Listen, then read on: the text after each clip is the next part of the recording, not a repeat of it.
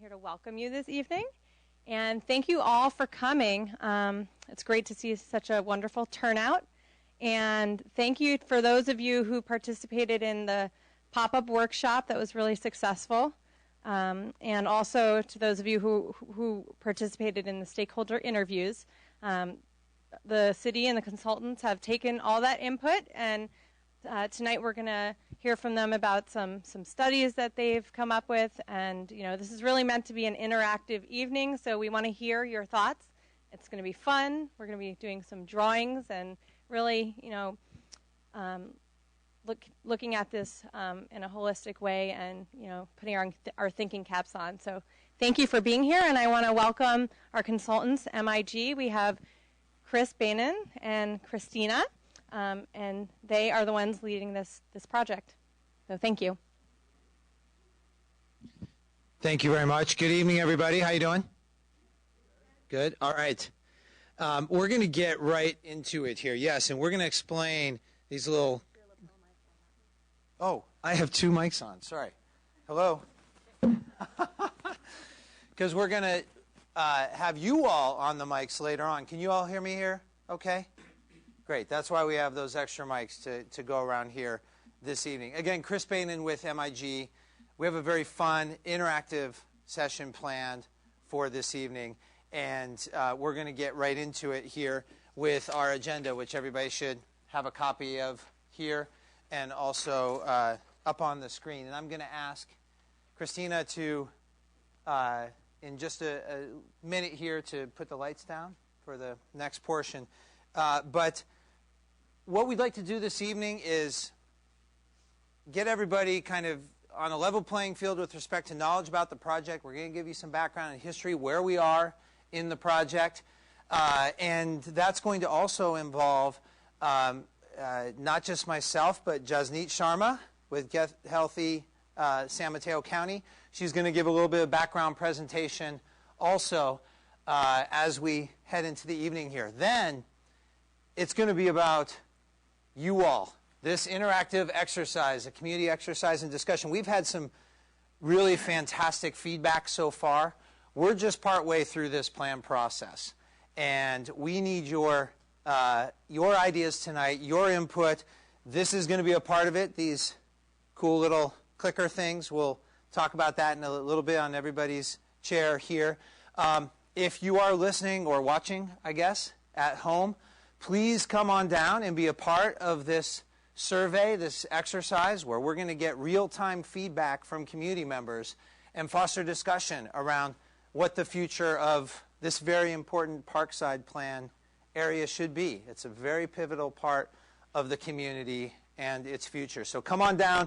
I think we'll be starting that in about 20, maybe 25 minutes or so. So make sure you're here at that time if you are at home, because it'll be hard to jump in after that, because we're going to be doing some polling that we'll be taking quantitative analysis on, as well as qualitative input from everybody.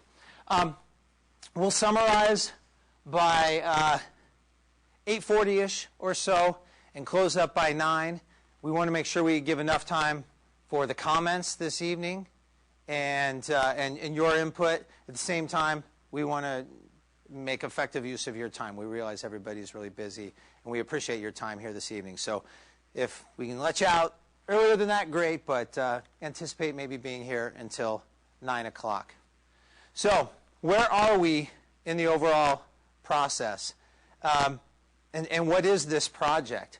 This project is really about establishing a community vision for the Parkside Plan area. And there's a lot of background information to that to springboard from, but to specifically outline a plan framework, strategies for moving forward, a distinct set of goals for the area here that we're talking about here in the center of Brisbane. Where is that? Of course, we know our wonderful community here, and this is the blue area that we zoom into here. A little bit of a circuitous line here in between the older town portion of the area, the Crocker Industrial Park. Of course, here's Bayshore Boulevard right here and Tunnel Avenue. And then Old County Road comes right through. Here's Park, right here, Park Lane and Park Place. So it's this pivotal point of the community park, entry into the community, Bayshore coming by, the village, shopping center, of course, some industrial uses in here, industrial back in here, bleeding into the Crocker industrial space. So it's this transition in membrane in the community, all these different points. It's a fascinating part, and we need help in carving out its future. Fortunately, we are, again, not starting from a clean slate here. We have a lot upon which to build that we've been looking at and analyzing. I'm sure many of you have been a part of the previous plan processes, whether it's the general plan and the housing element. Brisbane is Awesome. Who participated in the Brisbane is Awesome process about 10 years ago? All right. Well, that's good. We're getting new feedback and input here. Essentially, it was done by PPS, which is the Project for Public Spaces. And it has a great title. I've never seen a plan title quite like that. Brisbane is Awesome. And it talked about placemaking and opportunities really in and around this area in the community park, and programming and activities. It was a nice document upon which we have further discussed and analyzed here as a part of this plan process. And also there was a ULI, that's the Urban Land Institute. They did a plan about a year ago that looked at this area, and I know that they talked with a number of different community members. However, this plan is the one that really codifies the vision, the goals, and moves it forward from a regulatory standpoint. Specifically, our team, and briefly to introduce, we are urban planners and designers, MIG.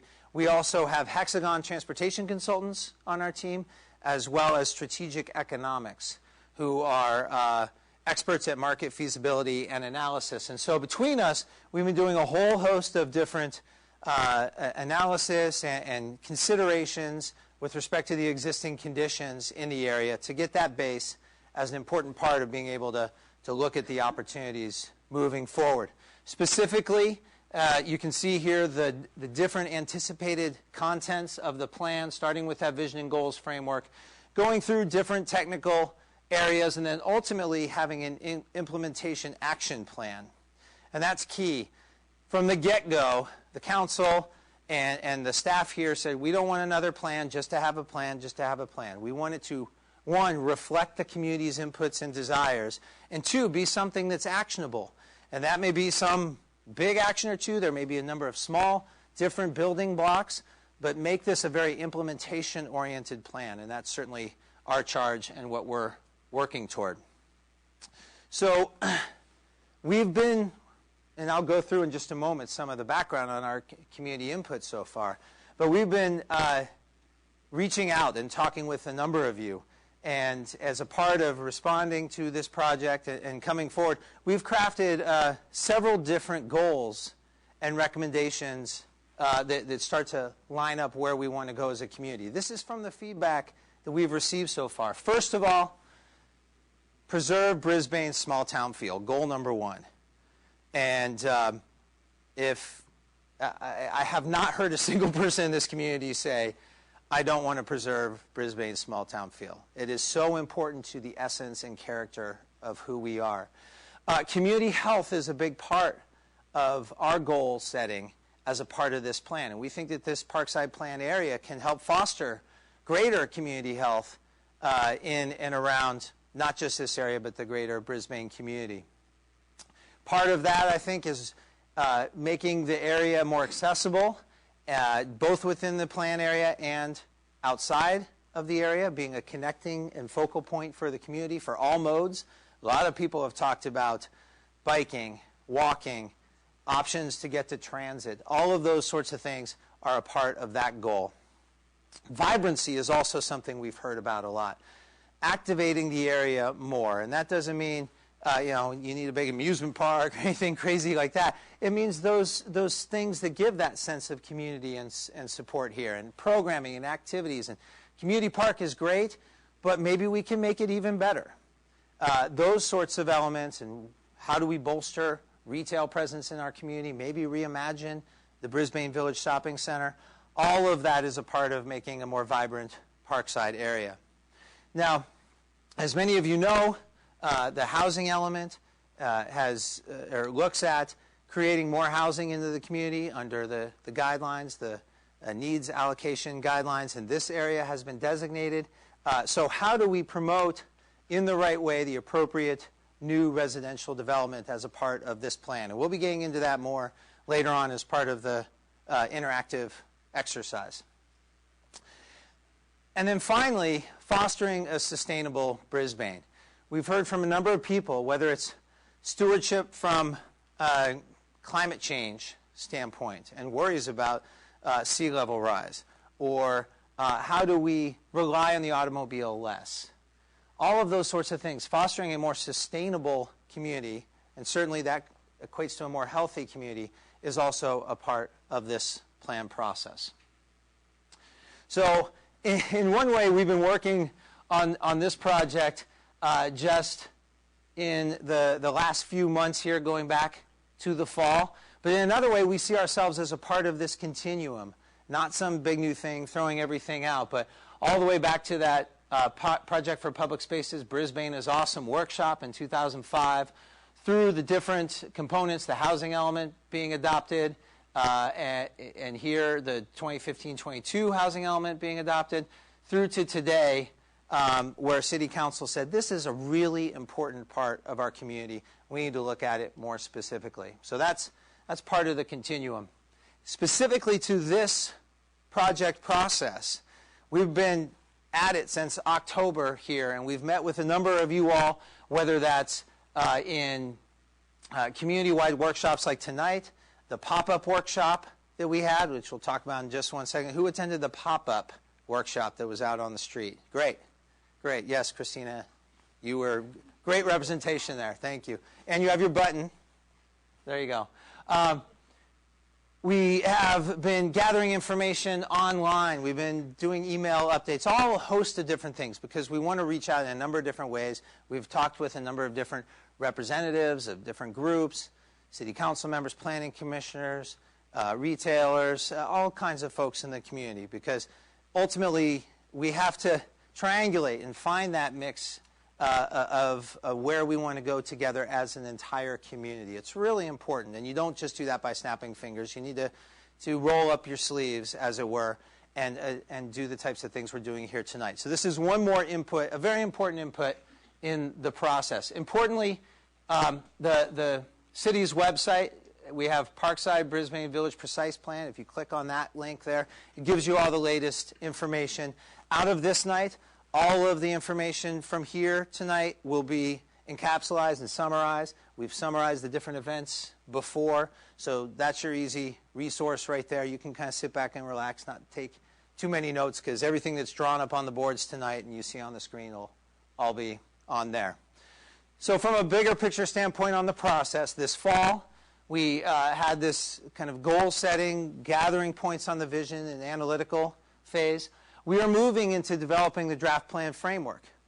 And you're going to see some of the components of that here this evening for you all to respond to. Some of our analysis for you to say, yeah, you got that right. That's a pretty good direction. Or, whoa, wait a second. You need to tweak that there. Did you think about that? That's what we need to hear from you all as we are creating the draft plan framework. And then finally, we will be going into the later spring time frame, the draft and final plan that we are charged with putting together. And that'll be through the Planning Commission and City Council, so probably right back in here in this room. We want to see you all as a part of the ultimate plan that is written up and a part of moving forward with this community. We're going to need you to stay involved. Make sure, to that end, make sure you signed in out front and that we have your email so we can keep you informed and up to date on all the latest scheduled points and happenings. One thing I mentioned I wanted to go back to, because it was really helpful for us. It was a way to get out and not necessarily be in a community room like this this evening, but to be out on the streets and experience that community pop-up event. And we went out with all kinds of boards and posters and interactive exercises and discussed a range of topics with you all, from building design and height all the way down to how do you make a more healthy community, how do you think about gateways and entry into the community. All of that sort of thing is what we discussed. So we shut down the roadway early on Old County Road on a Saturday morning, and we started taping things out. Well, what would it feel like to, this is a pretty wide road. What would it feel like to maybe put in some bike lanes? We got people out on bikes. Jasneet was there talking with folks about how the whole county is looking at creating healthier communities. And we had a really fun time. We had stuff for kids to be involved. As I said, biking, walking around. We had food, live entertainment at the event. We had different posters, Post-its. The food was great.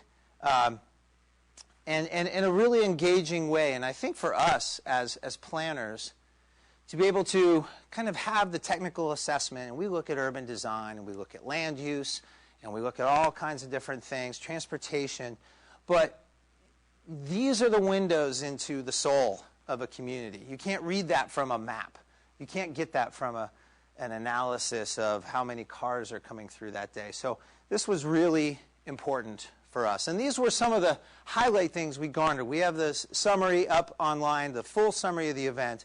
But some of the highlights were about the space and place in the Parkside plan area, that people are drawn to kind of more traditional architecture and a lower density of buildings. And that may not come as a surprise, but we've got some specific feedback on that, that people prefer kind of lower intensities. That said, there were some people who, when we came here, people say, oh, no one will say anything should be over 2 or 3 stories. There were some people who did express, well, depending on what those trade-offs are, depending on what we get out of it, I might consider that.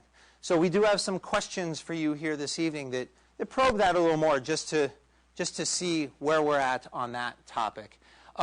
Retail, people have long time expressed, hey, maybe we need more grocery options, pharmacy options, things like that. Brisbane Village is outdated. What can we do with that? So it confirmed a lot of things we thought. It also brought to the fore a lot of information that made us dig deeper on some things.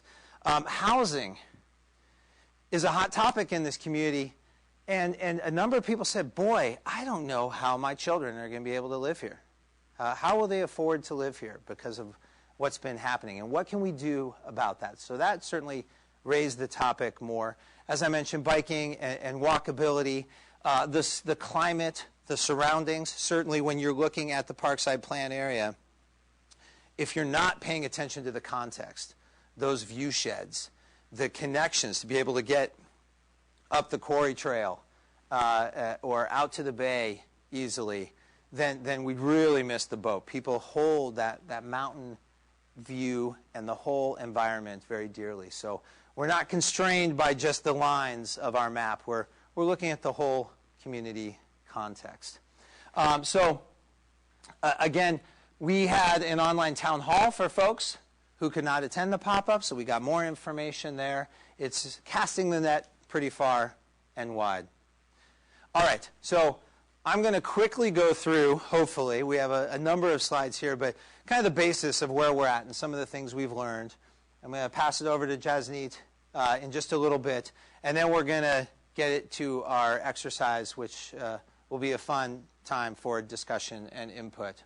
So we have basically looked at 3 main areas: land uses and character, circulation, and economics as part of the MIG team. And again, here's our area right here, the plan area as we discussed earlier. We're looking at things like zoning, general plan land use, all of these things as a part of the background. And as we zoom in, this is what designers call a figure ground, which means you can see all of these different buildings here. It's a very eclectic mix of what we have, whether it's the post office, the basketball courts and skate park, the shopping center, this fast-moving traffic, 20,000 vehicles plus a day moving down Bayshore Boulevard. So a lot of different things to look at.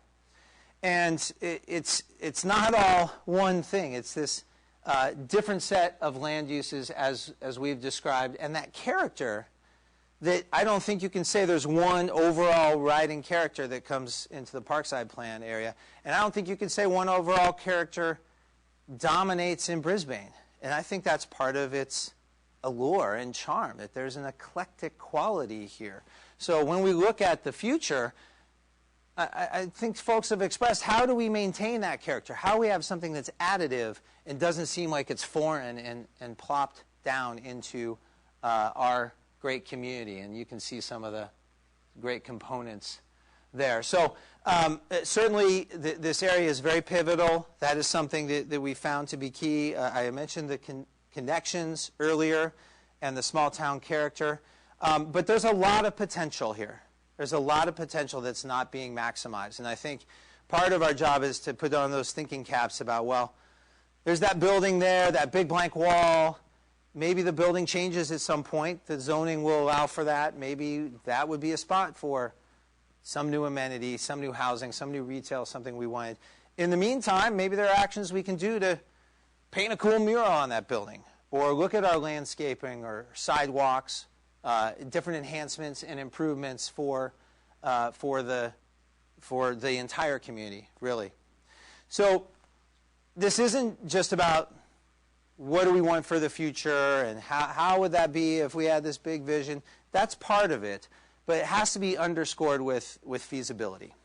And that's a big part of our project, and our economics team has been helping us with that. And they've been charged with, and they've been looking at several different things, including household trends and demographics, the market area. A lot of questions out there about that. Well, why can't we get this type of use? And they've definitely helped us figure out some of the numbers in that regard. And then zooming in from that broader market area or the Brisbane area to what is specifically feasible. Well, we might say we want some type of building here, but would a developer come in and do that? Is that even feasible? And so we're going to talk about that more. Starting with the demographics and household trends. Overall, for the area, our market analysis has shown that Brisbane's population is relatively affluent, it's well educated, and you all certainly desire, on the whole, certain things. And we heard grocery store, we've heard pharmacy, additional restaurants, those sorts of amenities you'd like to have closer by. We've heard that certainly confirmed in this process. One thing that is key is that when retailers or restaurants and other places, grocery stores, look for a place, they look for more of a critical mass than what is here in Brisbane. They look for a larger retail market area, and that's part of why they haven't been locating here. And I know this has been a discussion going in the community for a long time, but I have a couple different graphs and tables here that help us envision that a bit more. So right here is Brisbane and the Brisbane Parkside plan area in here, Brisbane Village area. And then you see here these market areas for different things over the hill, whether it's Mission Plaza or in South San Francisco, or the Sarah Shopping Center and Fairway Plaza down in South San Francisco, or San Bruno. Over the mountain there, there's certainly a lot going on. And when we talk about that, that means that there are kind of more neighborhood centers, there are Safeways, there are, quote, power centers, which are places that have thousands and thousands and thousands of square feet where people come and shop. And we don't have that sort of thing over here, nor have we heard, do we necessarily want that. But what happens is those retailers, those grocery stores, they look for a market critical mass. And so when you look at that last map and then you compare, say, the San Bruno Town Center area or the Trader Joe's near Winston Market, what their 1 mile trade characteristic area is, represented by a circle there, you start to see in Brisbane, approximately within that 1 mile, we have about 5,000 people. And in San Bruno, 36 and 34,000 at the Trader Joe's near Winston Manor. These are much larger populations that those retailers, that the Trader Joe's says, hey, I will go there because of that market catchment area. And they simply won't look at Brisbane because even though we seem to be in this very strategic position, wow, you know, we're not far off of 101 and we're in between San Francisco and Point South. It's this isolated pocket. And I think people love it because of that, but it also comes with some market realities. You look here People say, well, what about all those cars going by on Bayshore Boulevard? Well, certainly there are some that we could capture, about 20,000 a day. But you look at that compared to an El Camino Real that has 33,000, it's a bit different of a story. So even though we have, relatively high income levels and we have high education here that could seemingly build that market, it's simply not enough to attract most retailers. Grocery stores want at least 12,000 people nearby, and pharmacies want 18,000. So those are just kind of market bases that those sectors, those industry sectors have very hard and true, and they stick to. Restaurants, as you know, whether it's a funky San Francisco district or down in Burlingame or something like that, they look for more of a critical mass, of a downtown, of a hip street. And Visitation has some really nice stuff along it, but there's not a total critical mass there to create that hip walking street for new restaurants. All of this said, there are independent operators who will buck these trends, who will go counter to what a mid-range grocery store, and I just use Trader Joe's as an example. There are other types of stores, but they will go against that. But it's a little bit harder of a road to go on. So people will say, or have said, well, wait a second, aren't we getting a lot more people around us in the future? What about the Baylands? Are there going to be housing there, and then those people will come in here, and that will help us get maybe more of the amenities we need? Or out at Candlestick Point. Well, actually, all of these different developments are having their own retail base come along with it.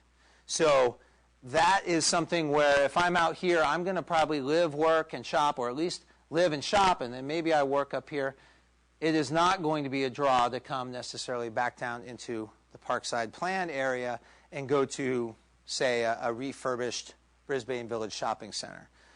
So there's just some market realities that our economist is telling us that's tough to work with. And we talk about, well, daytime population, don't we have Crocker Industrial Park? There is some there, but ultimately those populations are low. There are sites that are difficult in the area there aren't big open sites to necessarily bring us that new grocery store. And then we talked about overall demand and some of the competitive aspects there. That said, we want to keep, yes? Last slide, did you have the Brisbane Baylands 4,000 units included in the analysis? So you said those people likely wouldn't come down central Brisbane as well? According to our economist, most likely new units in the Baylands area would not. Certainly some would, but not an incremental enough to provide a big boost to be able to push us over the top to get some of these amenities that people have desired. So there are some things we can work toward from a market feasibility perspective, and we want to hear your thoughts more on that this evening. But food co-ops and nonprofit grocery stores are ways to get those sorts of amenities that aren't the traditional route of a traditional market.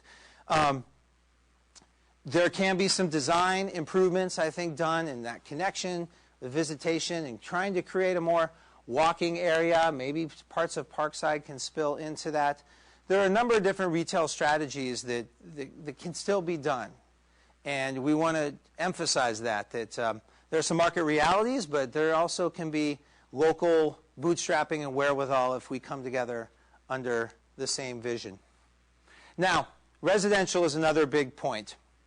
And that is something we asked our economists to look at. And what they've found that, unsurprisingly, like with a lot of the Bay Area, the housing market is very strong, particularly for multifamily rental products. Products is kind of the economics word for housing units, at around 32 dwelling units per acre. Condominiums, which are ownership attached units versus rental, are feasible, but maybe not quite as much. And when I say feasible, it's will a developer come in and and do this? Do they look at their pro forma, which is their spreadsheet? Does this pencil out for them to work?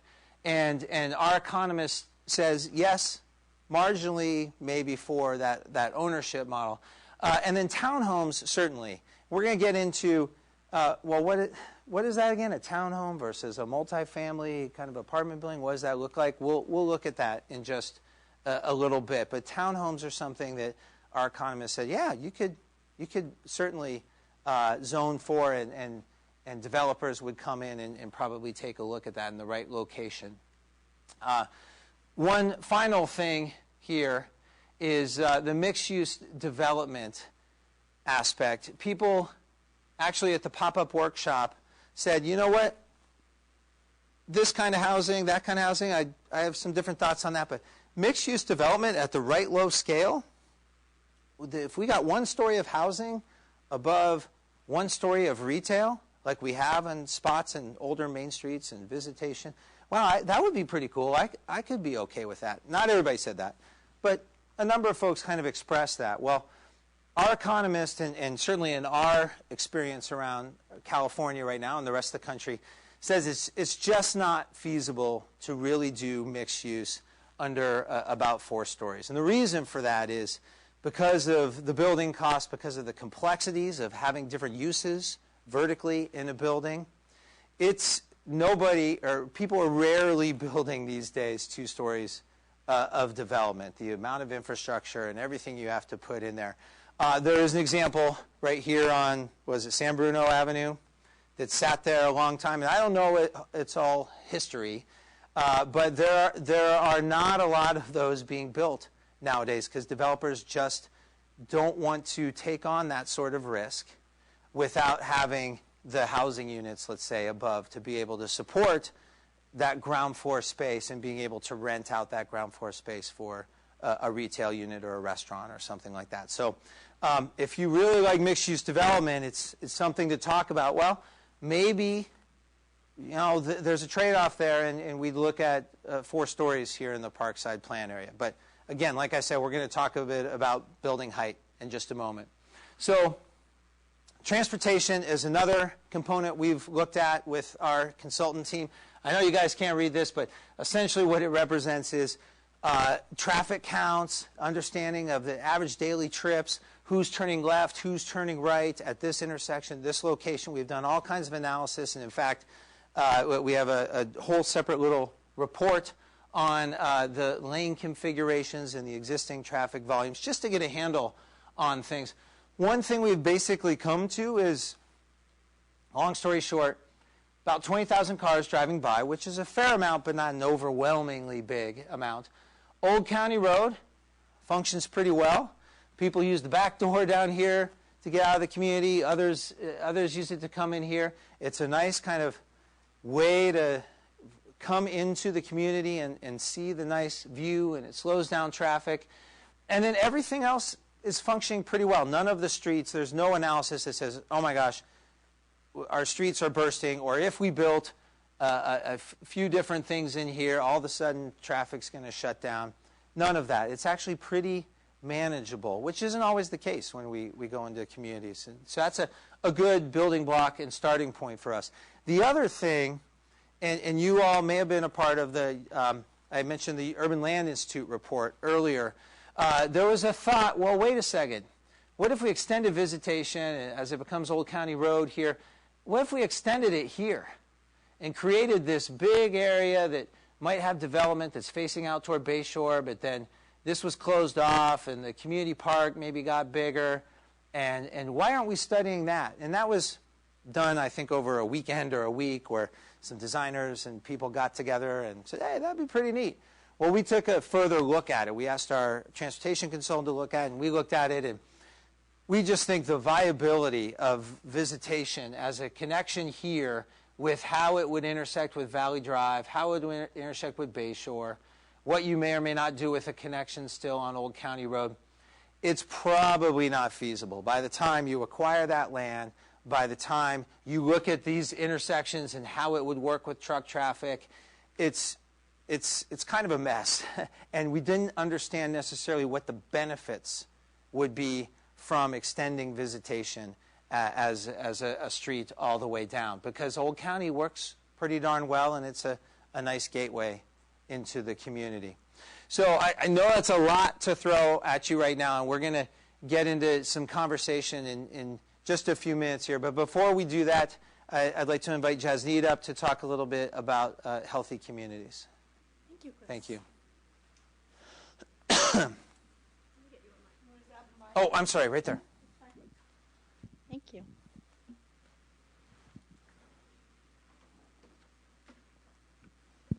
Good evening, everyone. Does anyone want to get up, stretch? I'm from the San Mateo County Health System. So part of what is, if you need to get up and stretch, please feel free to do that. If you need to stand against the wall, it's perfectly fine. I do understand, as they say, sitting is the new smoking. So if you need to get up and move around, please feel free to do that. Again, I'm Jasneet Sharma. I'm with the San Mateo County Health System. I'm also part of a team that staffs the Get Healthy San Mateo County Collaborative, and I'm just going to explain a little bit about what that is as well. We have been working with the, Chris, am I supposed to point this any specific direction? Or okay, I'm trying. We've also been working with the consultant and the city. We've been providing some support and technical assistance on creating healthy communities. And that's kind of what I'm here to do today, is to share some best practices and research with all of you on how to create some of those. Just a little bit about Get Healthy San Mateo County. It's a collaborative of community-based organizations, cities, schools, hospitals, and a lot of community leaders across the county as well. It was established about 10 years ago by the County Board of Supervisors as a way to kind of tackle the obesity and chronic disease epidemic that we were having in the county, which was clearly things like diabetes, asthma, heart disease, obesity. They were on the rise. So that was a collaborative that was established by the County Board of Supervisors. And as this slide is showing you, it's still continuing to be a problem, but we're also seeing it's a problem because people are seeing different health outcomes even by race and by place. So this is just showing you the average age of death in San Mateo County by race. But if you look at even average age of death by place, someone living in East Palo Alto is likely to live 62 years, whereas someone living in a more affluent community like Atherton is likely to live to up to 81 years. And for Brisbane, it's about 72 years, which is less than the county average, which is 75 years. So where you live actually impacts your health outcomes as well. Health does not come from the doctor's office alone. You all have experienced the health system in a number of ways, right? You fall sick, you go to the doctors for treatment, for preventative services, for screening. That's almost the way most of you experience a doctor's office or the health system. Well, there's been better understanding and research around the fact that the communities and the places that we live in have a bigger impact on our health than just us going to a doctor's office. So it's the communities where we live, we work, we play. So that's what our program focuses on. We try to create environments or conditions where making the healthy choice is the easy choice for you. So if if I asked you all a question, how many of you say bike to work or just bike for your everyday activities? 1, 2. Well, if I phrased it as saying if it was safer, if it was cheaper, and it was quicker for you to take public transit or bike to work, how many of you would be likely to do that? I think we definitely see more hands go up, right? So that's kind of what creating a community where the easy choice, the healthy choice is the easy choice. That's kind of what we're trying to aim for as well.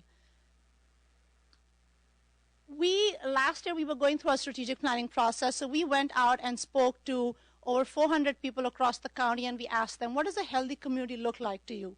Here are the 10 elements that residents just like you of San Mateo County identified and told them, here's what a healthy community looks like to me. And that's what you're seeing on that little poster board out there as well. We had this out at the pop-up workshop also. I'm not going to speak to all of them. I'm essentially going to speak to 3 of those elements or 3 of those components today, because this is what we heard from you as well. When we did the pop-up workshop, these are almost the 3 that you all identified at that pop-up workshop, which said, here are our priorities for what a healthy community or a healthy Brisbane should look like. So I'm going to focus on these three specifically, but certainly if you want more information about the other components, I'd be more than happy to provide that after the workshop. Housing is almost the cornerstone of a healthy community.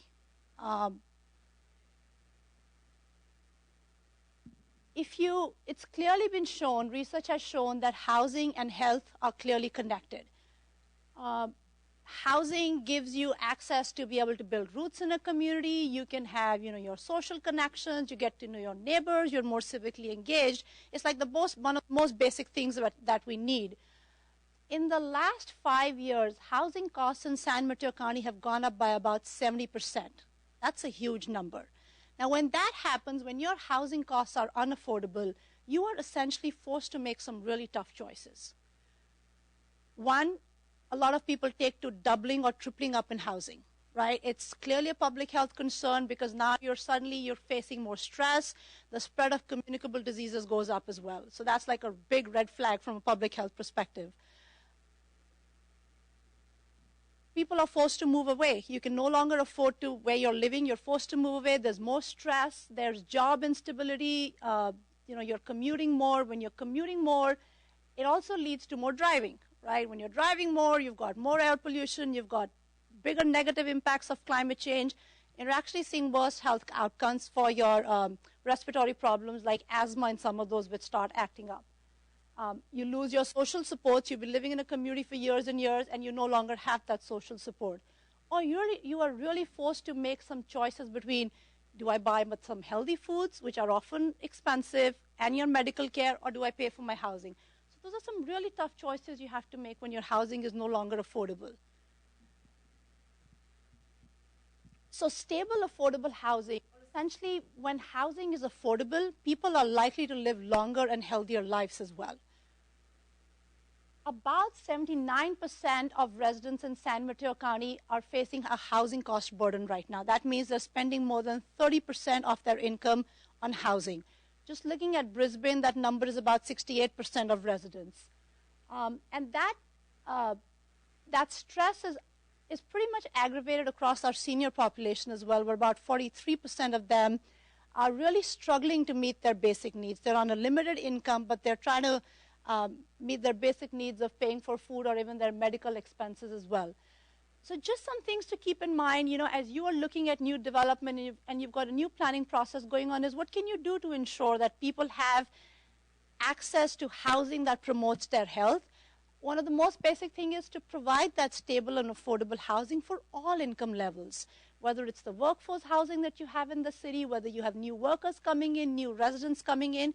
You want to provide for incomes at all levels, and you also want to provide housing for all income levels, and you also want to provide housing for all ages, whether it's a new starter home, whether it's someone who's in the middle with a family, or it's more of an age-in-place community. You want to provide all kind of housing as well. The other piece is the economy aspect, where you really have a thriving economy. Access to income is one of the most important predictors of health as well. So you've got housing, but if you don't have enough income, again, it's a catch-22 situation. Is how do you afford the housing as well? It's been seen that lower income people suffer from more stress, depression, more chronic diseases and illnesses, mainly because they don't have enough income and they're not being able to afford their basic needs as well. So we see worse health outcomes in them. But some ways you can address some of that is by providing more opportunities for stable employment. So as you've got some of the new development coming in, thinking about what kind of opportunities that can you provide to people. The last one is a very interesting study which was done recently, which was it was an Equal Opportunity Project, a research project that was done, which basically found out that when kids as young as 7 or 8 years were moved to a better neighborhood or a neighborhood that offered better opportunity, they were earning a lot more than their counterparts who stayed behind in the poorer neighborhoods. So that's essentially what I mean when I say that better neighborhoods or better places can help improve your health outcomes. So keeping that aspect in mind as well as you go along. So creating a thriving and an inclusive economy would essentially be something that you might want to look at as you're doing your planning process in Brisbane.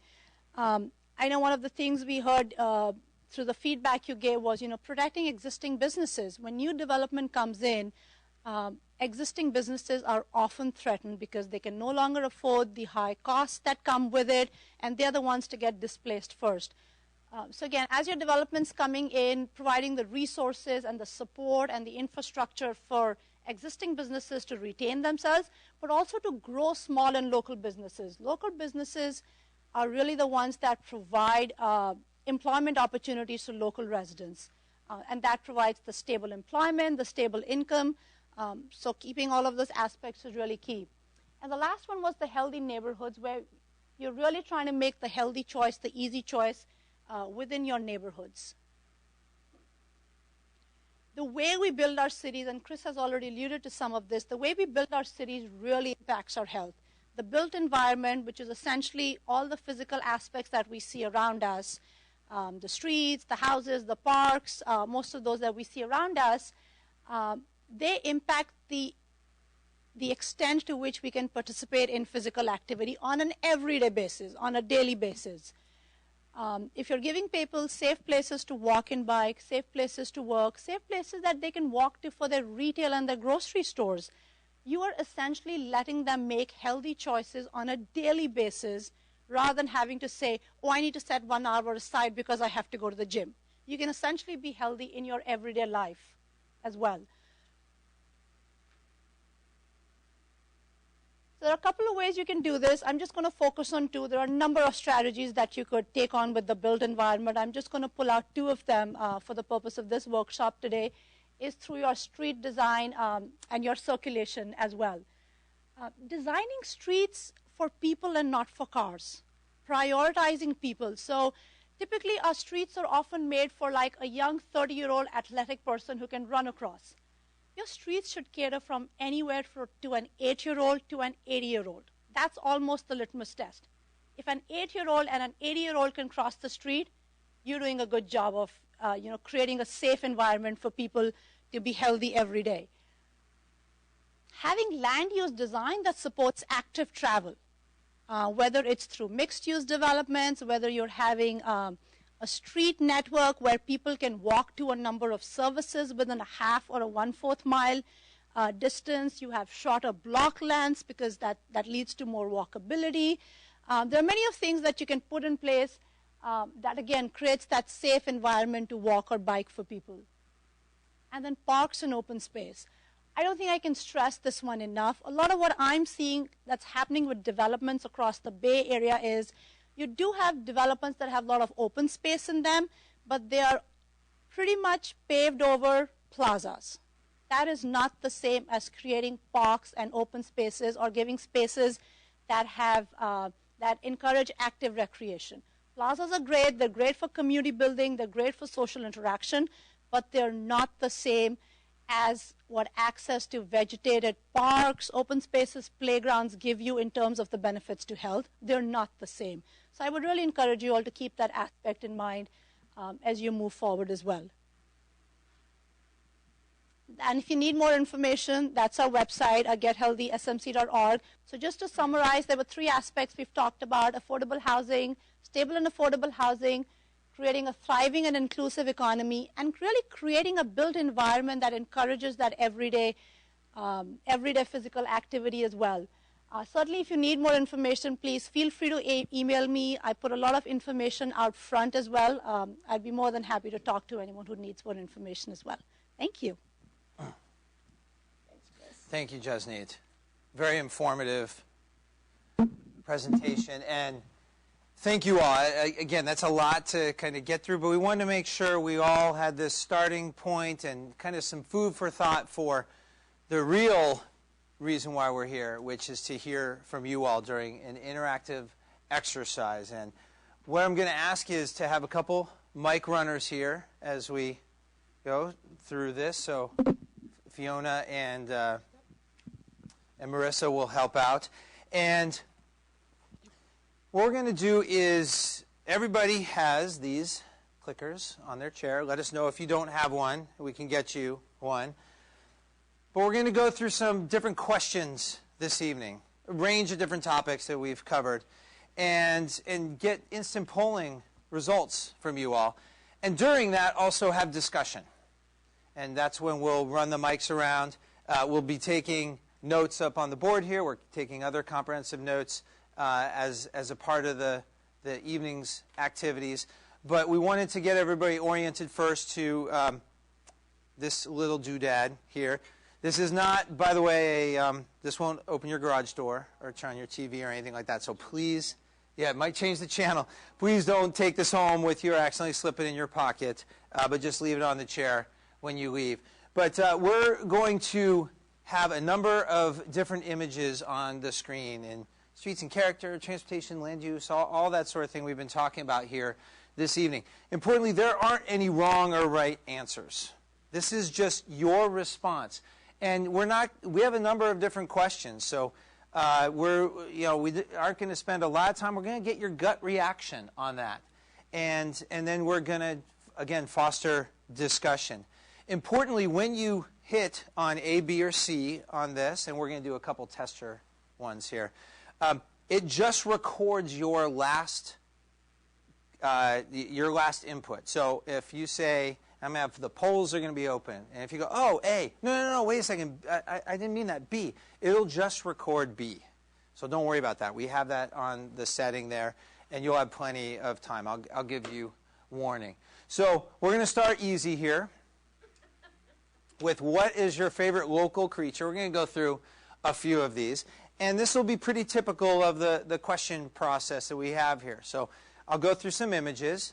How about the mission butterfly? Don't record yet. The coyote.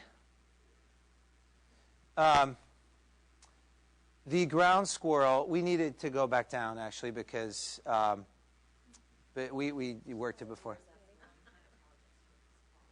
Yeah, but people aren't going to be able to see the results if we do this. We invited people to come down. That's not a cute ground squirrel? No, with the light on. Oh, with the light on. Now he's very cute, very soft, yes. So we have A, B, and C. So you see up there, the polls are open right now. The green light says the polls are open, and people are responding right now. They're either saying A, mission blue butterfly, B, coyote, C, ground squirrel, D, other. I like something else around here. E, all of the above, or F, none of the above. I hate all those things. And we see now the clicker going up here, 23 responses so far. Anybody else? 25? Have you responded?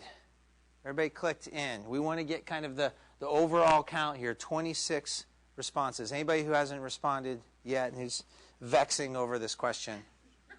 All right. So we're going to close the polls at 26 responses. We're going to work up toward that number every time. And survey says, magically, I'm going mission blue butterfly. Yes! 38%, I guessed right. Although a lot of people like all of the above, too, or other. Poor ground squirrel. All right, let's do a couple more of these. What's your story here? You're just getting your roots down. Where the heck is Brisbane? I just wandered in off the street because I do that to city council meetings. I was born a star. Other, all of the above, none of the above. Just kind of a fun one here, just to get everybody used to it. We're going to try to go pretty quickly as we go forward here because we have a number of things we want to discuss and have good conversation. One more, 26. Polls are closed. And the survey says, all right. So actually, it's a range of folks. Who said where the heck is Brisbane? There you go. All right. And then one last one of these, just to get a sense of who's in the room and your age here. Completely anonymous. A, B, C, D, or E. And then we'll get into the rest of the session here. So 25. Anyone else? 26 responding. There we go. All right. Survey says. All right. So we do have a range of folks. Don't have a lot of teenagers or younger in here, obviously, because they're home studying or going to bed. And no octogenarians are over, but a good range in between. That's nice. That's a nice mix of people in the room. All right, so now we're going to do this. Everybody get that? Sound good? Our first building block, as we say here, we're building the blocks of the plan, is on Jasneet's topic that she so eloquently went through, healthy communities. So, what's most important to you in promoting a healthy Brisbane? Again, we're going with a gut reaction here. You can take a look, A through E here. It might be housing affordability. It might be thriving economy.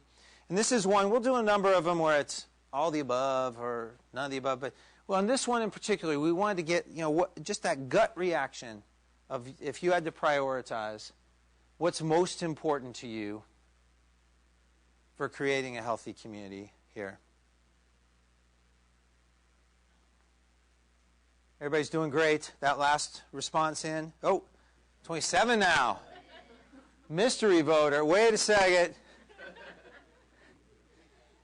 Let's let's gather up the extra ones around just to make sure. Maybe somebody just joined in. We'll stop at 26, 27. This is the honor system. There might be one next to you here. Nobody gets a double vote. And the polls are closed. All right, so a range of things here. Interestingly, one of the things as planners we talk about a lot, and one of the things we kind of can look at and control is the public transportation and bike and pedestrian safety aspect. But you all are saying, wait a second, parks and open space, recreational programming, and that thriving economy, those are two big points that Jasneet talked about. That's good. That is really good information for us. And again, we're taking all of this into account here. And I want to set a baseline here. Just because something gets the highest vote here today, or the lowest, or this or that, this is all just information we're sifting through with all the other community input we have. That does not mean, oh, well, the 27 people in this room voted for that, so that's what's happening.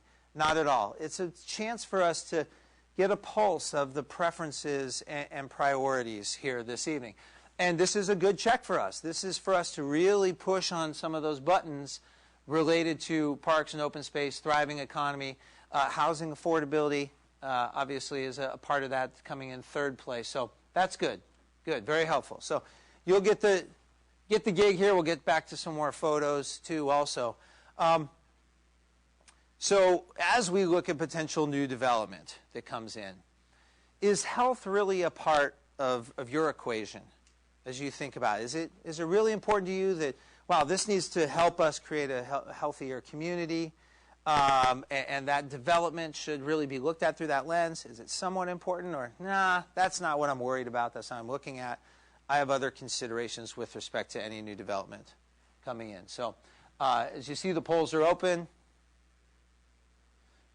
Responses are coming in. When's the Iowa caucus? Is that happening? Right now, that's what I thought. Oh. So where's the buttons for that? Do we get that? All right. Pollings are closed here. Okay. Interesting. And it really relates to who are we as a community. Look at Jasneet smiling back there. No, it's really true. And it's interesting because planning in and of itself, modern planning that we have, was really born from health. And many of you know this story, but particularly in the early 1900s, we had a lot of immigration in this country and factories coming and on board and all this stuff. And people were crammed into tenements in New York City. And then diseases, chronic diseases happened. And people said, wait, we need to plan our cities better. And modern planning kind of was born from that. And in many ways, we lost our way. We said, well, we're pursuing different things. We're building big freeways. We're doing this. We're sprawling outward, whatever. And that sense of community, that sense of health, that fabric, that all of our new development should contribute to that, was lost. And now it's really starting to come back. And it's obviously something you all hold dearly here. All right. Any initial thoughts on those questions there? Any thoughts about the presentation by Jasneet? Yes, let's get a microphone here. Thank you, Julia. I think one of the things we're in one of our main assets is San Bruno Mountain. We have that recreation so close, and that's one of the things we really want to preserve. Is not, we have that access to walking up the mountain at any time, which keeps a lot of us healthy anyway. Yeah, and we don't want any development that builds a wall toward that or doesn't help you up the trail. Great. Other thoughts on healthy communities, and particularly as it relates to here, Brisbane and the Parkside Plan area? Yes, and if you could just say your name, so I know some of you have... Tom Hine. Hi, Tom. There's all this talk about healthy communities and blah, blah, blah. Everybody's concerned about health. But the city keeps wanting to put housing on the toxic land. That's not brought up, is the toxicity of our land, and it's almost everywhere. Okay. Including, you think, in the Parkside Plan area? Who knows? Okay.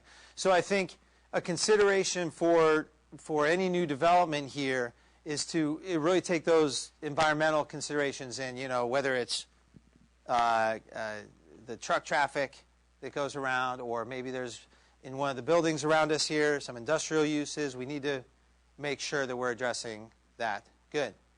All right, let's move to the next topic area, which is retail and commercial, which I'm sure we're going to have a lot of good discussion on. And again, it's the most. We're going to give you some different areas, and you say, well, I'd like that and that. But we're trying to get toward that gut reaction of the most, the area you would most prioritize for any new retail and commercial space to come into in the Parkside area. So we have some different areas. Bayshore Boulevard along here, and not just maybe a new, really reconfigured village center, but maybe there's new development that could come in here along Bayshore Boulevard. The Brisbane Village area and center itself, along Old County Road, Park Lane for any retail or commercial development, and then here along Park Place and just across the street. Maybe there's a chance for some sort of retail hub or commercial hub there. So where would you most prioritize? If we're thinking about, there's only so much clay, as we talked about in the economics portion. There's not a lot of market. There could be some independent retailers. Where might we fashion and mold that clay best, that finite amount that we have? So you can choose A through E, or maybe there are a range of places. But what's your gut most prioritized place for retail? We're going to close the polls pretty soon here.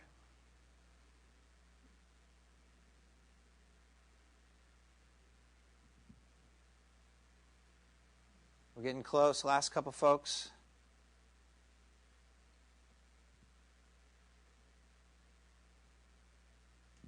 All right. I'm going to close it down here. Is 27 coming back with us or not? We'll see. I'm going to close the polls. And survey says, okay, along Bayshore, including the Brisbane Village area. So, we're looking 62% around there. Although some people consider, the kind of Old County Park Lane, Park Place, these smaller roads within. Who said A? Who said A? What were your thoughts back there on A? Why would you prioritize along Bayshore there? Probably to attract other people driving on Bayshore, for retail. Do you have any concerns that's too far for folks here? Or do you think that folks in Brisbane, the community here would still be able to access it as well as grab people along Bayshore? I think the community could still access that, no problem, and keep it less busy than the other parts of Brisbane. Yeah. Okay. Good. Anybody else who answered A or B? Yes.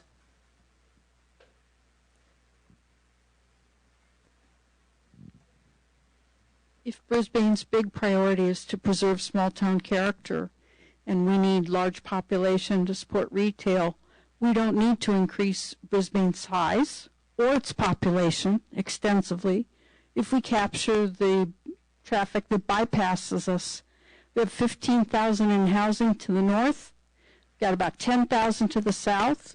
We've got 20,000 cars a day go down Bayshore as of 2013. Project to about 2020, and you'll probably have about 35,000 cars going down Bayshore. You've got more than adequate population to serve retail on Bayshore. Yeah. And our economist has taken a look at that and considered that incremental bump of how many more cars might be coming by. Because there is that critical mass factor of shopping that people like to go to. Well, I'm going to that center because it has this, this, this, and this for me, and then we can eat at this restaurant at the end of the day. They say that probably, given along here, we might be able to get, 40,000 square feet of retail or so in the area, which is not bad, but it's not a huge amount. So it's that finite clay, and that could be stretched along a portion here. Understanding that it's not a huge amount, but there is some that could take place. Yes. Yeah. My concern about having any retail on Bayshore Boulevard specifically is, as I've mentioned before, that it's not, in light of the fact that we're not going to be able to get the Trader Joe's, we're not going to be able to get the Whole Foods or whoever. My concern, and it's a big one, is that you're just going to end up with an ugly strip mall of liquor stores and, a variety of different awful, ugly businesses. And yeah, people will stop, but, do we want those people? It's not enough to create necessarily a critical mass of a nice center. Right. We need a center with, Good. Who mentioned C, D, or E in here, and why? You thinking like a small corner store, or let's go right here, please. I think adding it in the Park Lane, Park Place area, it would be really convenient for people to go by foot. Mm-hmm. It would also possibly add to the small town feel because people are getting there by foot, by bicycle. It could look attractive. I don't think, obviously it depends what you're putting in. I'm not proposing, a Best Buy go there or anything like that. But if we're talking about restaurants or independent stores, I think a nice corridor of new shopping retail area along that area would be really convenient. Okay, great. We'll go one more comment back here, and then we're going to move it along. We have a bunch more questions, but we're getting into some good topics here. Yes? So if we have that Park Lane development area, does all that housing still have to go, the 3,000 people that they're talking about putting into town? Well, right now we're just talking about retail. We'll talk about housing. Only retail. Okay. Yeah, and that could be ultimately a part of a ground floor of a mixed-use development or something, but we're just talking about retail as a topic, and it's probably the amounts we're talking about are not necessarily that this would all be one retail pad. It's just not enough to support that. And it has to be in this zone. Here. It can't be like Van Waters area. Van Waters and Rogers. There's a whole area down there that could be. Yeah. It wouldn't direct all the traffic into Brisbane, and it's a huge area. Yeah. Yeah. Well, we'll get that comment on. Yes. I don't really see why we need more retail in Brisbane because we don't support the retail that we have here.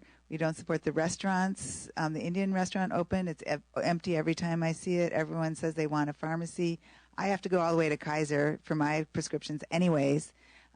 So I don't really understand why we would want to set up another situation where there would be more empty buildings like there are now.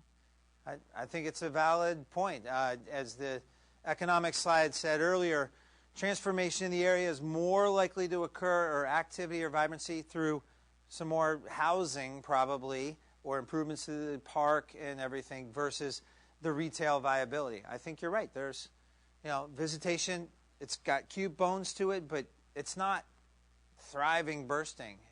People are not supporting fully in the area. So are we going to spread the butter thinner? That's a good question. All right, so we have some more retail-oriented questions here that we just want to get a pulse. Yes? Where does the figure 3,000 come from? I can't remember. 3,000 Do you want to speak to the retail, or I'm sorry, the housing units and... Yeah, I think that the housing numbers that you're thinking about are about the Baylands, not about this particular planning area. Nobody's thinking that 3,000 units are going to come in here. We're also not talking about that many more people. No. Not anywhere near that.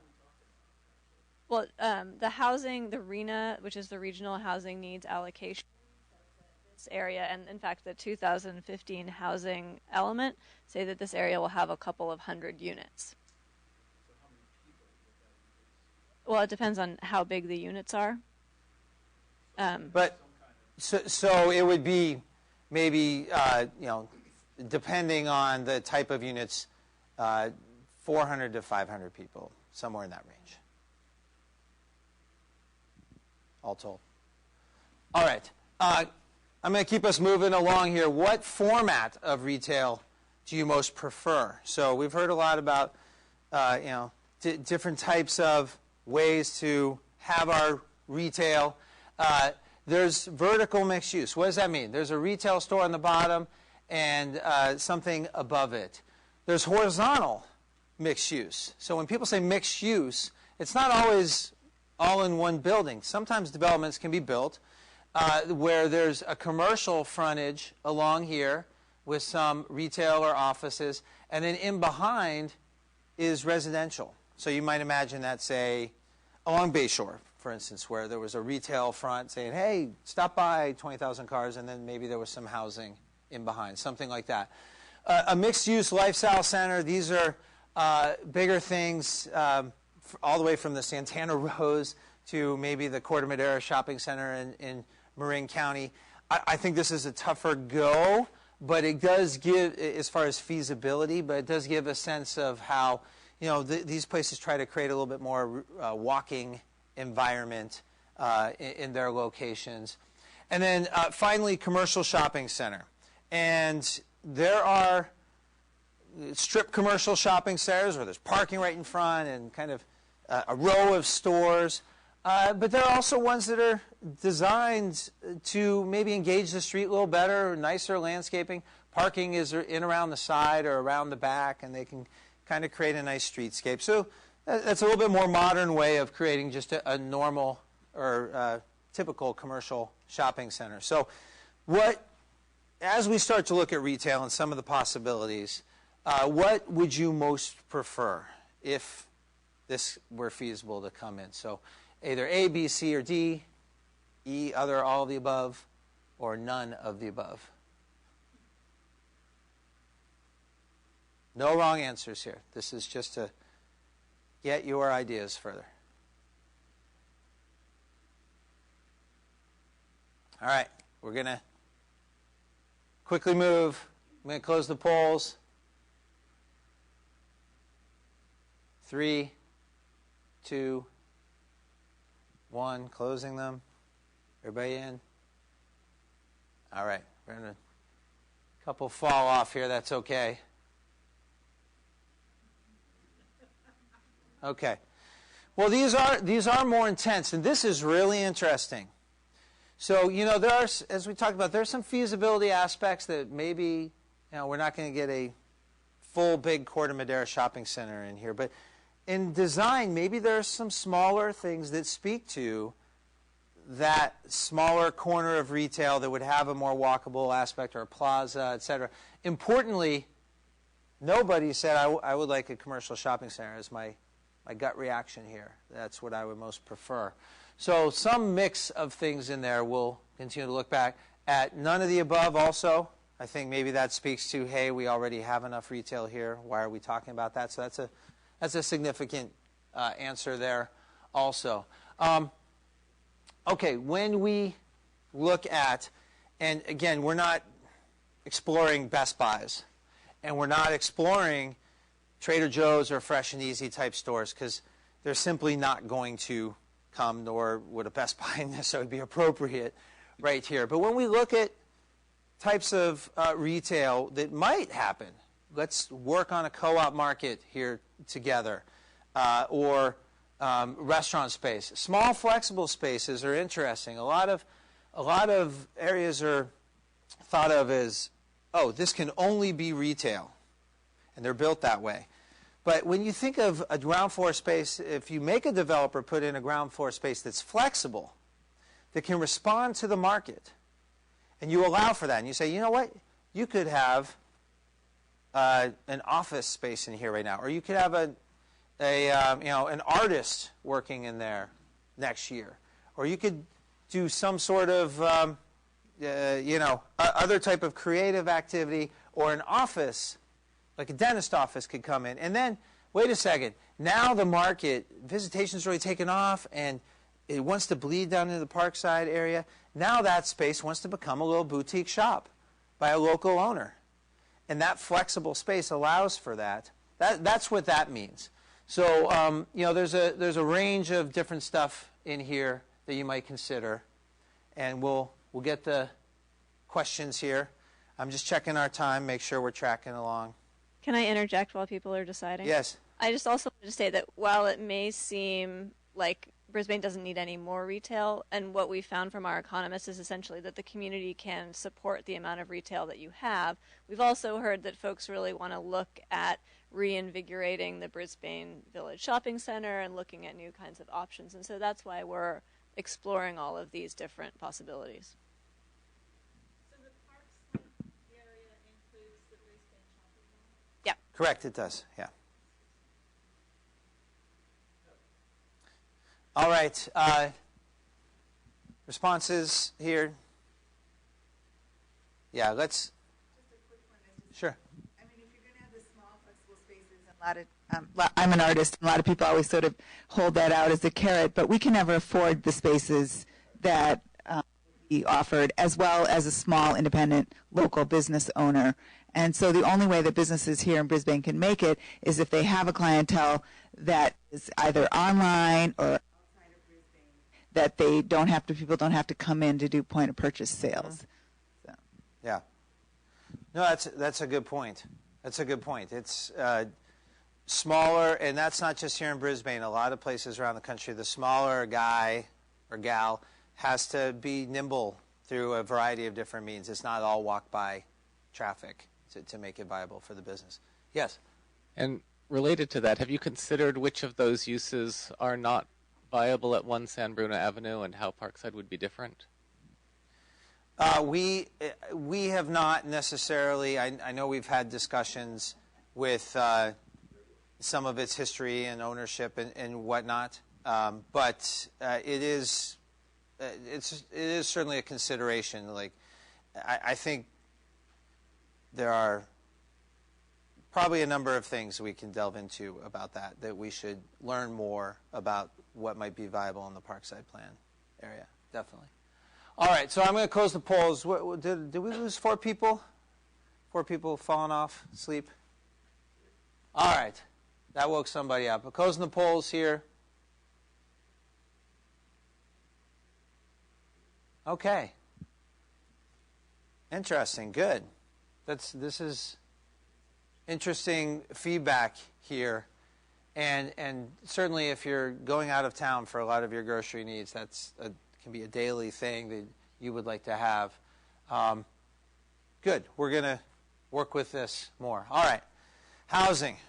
We're biting off some big chunks here, and we're just getting the pulse on some things. And what we've heard about housing from our input so far, and from our analyses, is a range of different things we want to go through. First of all, certainly we're not talking about one blanket size fits all. I think people have thought, well, if we have that one type of development there, it means it can go anywhere. Well, no, we want to mold and shape this, and we want to make sure that any housing that might be a little taller doesn't block off a certain view or doesn't give the right impression that we might want to have for our community. So there are different options and building heights and types. we're going to talk about mixed-use development feasibility at those lower densities. It's a harder thing to do. Surface parking versus what's called podium parking, where you actually park the cars inside the building. That has different ramifications on design, on development feasibility, on affordability aspects. No two buildings are the same necessarily. You can put a certain type of a building on one lot, and if you design it a certain way, it can be ugly and overbearing, and oftentimes you can design it another way, and it can be set back in the right way or articulated with nice design that makes it more pleasing. All of those things, we're charged with writing design guidelines, injecting that into part of this process. All those things are very important. So we're looking at a number of things, as well as townhomes may be a desirable type. They're also something that, as developers look at building those, because of what goes into them and who they attract, those become higher price point units. And therefore, that affordability that people have expressed is a trade-off with something that's maybe a lower density or a lower building height. So a lot to discuss here, and just kind of scratching the surface and talking about, well, what are these different types of housing development? Well, one is mixed use. And the important thing to this slide is, like you might find along Visitation or a lot of old traditional main streets, as I mentioned earlier, building 2 stories of mixed-use development is desirable for a lot of people. It's just not feasible these days. And so when we look at mixed use, it really becomes something where you would have 2 more stories of housing or office or whatever it is, a mix of use, mostly housing these days, to make a developer be able to build that and desire to build that. Townhomes, I mentioned, that can be articulated and done very nicely and help us reach those housing unit numbers, but they are of lower density type, and they would have to be spread out over a larger area and built in a way that likely, as I said, is going to be less affordable. These are very desirable units. They might become places for people who have jobs down in Silicon Valley or San Francisco to move into these types of units. But they could also be a very nice complement here in the community. So multifamily are attached units, and these can be rental or owner, but it's the attached units that come into play here. If you build multifamily with surface parking, that means you're not putting the parking into the building. What you're doing is you're creating you have to park a lot of area around it. And this is just a conceptual rendering. Surface parking around it. So when you think about the Parkside plan area, well, yeah, we need to get some housing in there, but I don't want it too tall. This is what becomes a part of that. Just you could build 3 stories without the parking inside it, but what you end up doing is you create a lot of surface parking around for those units. So that's one consideration. Another is multifamily that would be over parking, which is that podium that goes in here. So this is 1 story up, and this is all podium underneath here. There might be some units or entries that come out on the edges at points. But what that does is allow for a developer, and this is how it's done more so these days, a developer to maximize the building on the site. And of course, they're in the business of making money and trying to make it all pencil out. And there are some various considerations to that. One is you don't have all that surface parking around because it's all underneath within the building. And so you can, if it's done through right design, you can create nice edges and a nice walkable street frontage and landscaping and things like that. What you would need to do likely, though, in this scenario is to be able to build at least 3 stories of housing above that ground floor of mostly parking. So you're really talking about 4 stories of development for this type of housing. It's very difficult because of all the infrastructure that has to go into that podium and the poured concrete and all of that to serve this base from an infrastructure perspective. To just put 1 or 2 stories above it. It just doesn't happen, or it can't work. So that's the trade-off. That's the trade-off, is that, oh, well, I get maybe a little nicer frontage, not all that parking, but there's a taller building there now. The other important component is, because of how this is done, the developer can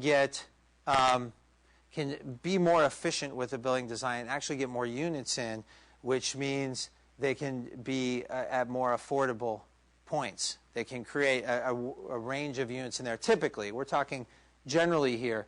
So this becomes a more affordable model than what we just saw on the last slide, typically. Sorry? For the developer, it's more affordable. Well, they can create more affordable units. So let me just go into this here, and we'll get into the discussion. So, because there are a couple here, and let's open it up. So given these parameters, and that's just a little general information and some general thinking about what would housing maybe start to look like here. And we'll get into some images also. But are you excited at the potential for housing in the Parkside Plan area? Or is this something that you definitely don't want, or something in between? Yes, or I'm open to the idea, depends on how it's done, and definitely not. And close the polls here.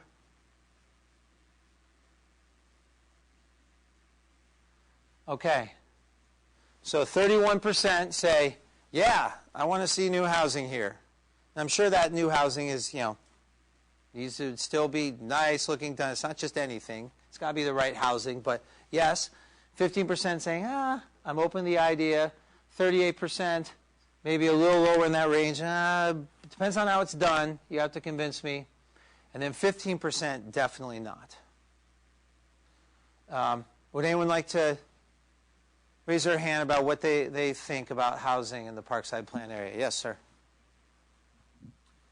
So where are all these kids going to go to school? Where are they going to play? I live in Brisbane, and most of the people that I know that live in Brisbane, that I know, like the whole Mayberry feel. I did not get any Mayberry feel with any of that design. Nothing.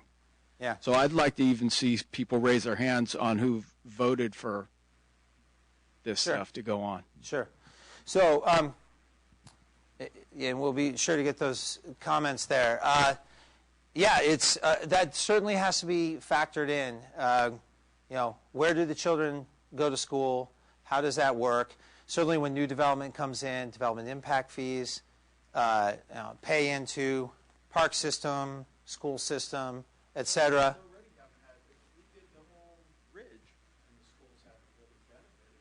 Yeah. Yeah. So the other thing is also from a units standpoint, the types of product that you put in. If it's mostly studios or one bedrooms, those may not be as family oriented. That may be something you want. It's maybe something you don't want. And also the increment of what we're talking about in the Parkside Plan area of maybe 300 to 500 people may not be a huge number of children, but it's certainly, you're talking about very important things about not just what it might look like here, and it's how is it impacting the larger community. Yes, ma'am. I kind of have to build on what Tim said about the Mayberry feel. And when Parkside was first introduced, we were told that whatever housing went in there, it would be what the community wanted. So when you say mixed use has to be 4 stories for a developer to want to do it, I counter that and say if the developer wants to build in Brisbane, he needs to follow what we want. If we want only 2 stories mixed use, then that's what they're going to have to do. I don't like the way it's being imposed on us. I think we have the ability to dictate what we want. If a developer wants to build here, great. If they don't, go someplace else. I think we have the exclusivity of being a very unique community, and we're very tenacious and guarded and want to protect that. So what everyone else normally does, I don't think is going to apply here. Thank you. Sure. Good comment. The gentleman over here said, hey, I'd like to know who voted yes. Anybody want to say why they want housing in this area? Yes. Can we get a mic here? First, I just think that maybe you're putting it a bit too gently. I just think that proposing anything other than high-density, multi-story housing is kind of stupid and not a very, I don't know, contemporary way of going about city planning. I think especially in the Bay Area, I think it's really important to consider that we live right next to San Francisco, and see what's being built there in terms of new housing developments. So I think Brisbane needs to let go of some of its backwardness when it comes to that. And then also, I just had a question about. I'm a little concerned about what you said from the pop-up event, that people are interested in kind of having traditional architecture, and I think that makes me a little worried, because I worry about there being some kind of kitschy development happening, which is already what the shopping center is, and it's kind of the storefront of Brisbane. And so I think it's important to communicate to people that you can have, the contemporary buildings don't necessarily have to be ugly or cold, and can definitely fit into, Brisbane's palette of housing. Yeah. Thank you. Great comments. Yeah, we just, we had a number of images and things that people responded to, and the majority of that was more on the traditional side of things, if you will. But we're hearing a counterpoint to that, both in saying, hey, I'd like more housing, and let's mix it up. Let's be more modern. Let's be more contemporary in that approach. Yes, ma'am, here. A concern I have is that we're talking about the Parkside plan area as one whole area, and I would have very different feelings about what goes along Bayshore versus what goes out at the back of Quarry Road. Very different things I'd be willing to see there. To that, right? Yes, we're going to have a question on that coming up here shortly. Good point. Yes, over here. I wanted to comment on that survey that was online, because when you say that people wanted the more traditional style architecture, I actually gave up on that survey because the tall ones were all in the modern and the lower ones were in the traditional style. So I think what that survey was misunderstood. Yeah. They were responding to the design they were responding to that they didn't want the tall buildings rather than the design, and there was no way to make a comment that I wanted the contemporary style and the low housing. So that's an important thing. And I also agree that a lot of the way that this is being presented, I feel like we're kind of being railroaded into this idea of what developers are going to want or what you as the planners want. And so just the way that the questions are being asked and all of this is being presented. Sure. So I just want to call that attention to a skew of survey situations. Okay, sure. No, and that's fair point to raise. I don't. This is your community. I don't have a dog in this fight. What we're trying to do is present the feasibility aspects, because we have heard people say, well, wait, I want walkable and I want amenities and I want mixed use, and so, but only 2 stories. And so we're trying to just talk about what some of those trade-offs are with respect to that. And you're saying, hey, I don't want a certain type of housing or whatever it might be. Another person might say that. We're just trying to filter through this, but there's no what the planners want. What we're responding to is what the housing element says, what a range of folks say, because it's not all one voice. It's a mix of voices here, and we're trying to. It's an imperfect science to be able, or art to be able to blend everybody's comments together.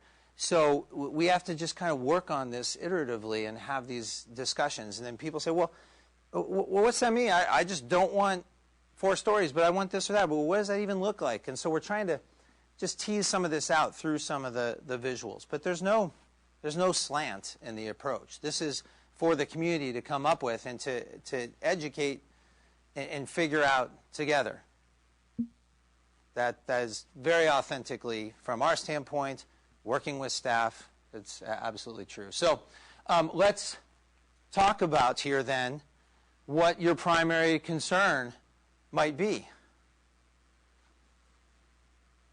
Right there. And I think there's a range of potential comments or answers here. You can say all of the above or none of the above.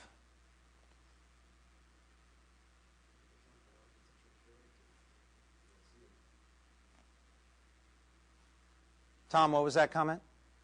You're asking about architectural character, but the generality is housing. You haven't shown us what the architecture is going to be. We don't know what the architecture is going to be. But, it doesn't fit. Okay, so maybe that's worded wrong. What B means is my primary concern would be that any new housing coming in, its architectural character wouldn't fit. So that's what that means. And sorry if it's worded wrong. That it wouldn't be appropriate here in the community. That's my main concern.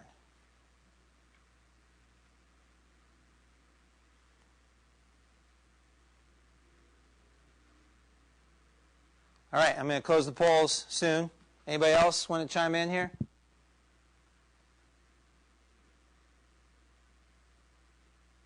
All right, 3, 2, 1.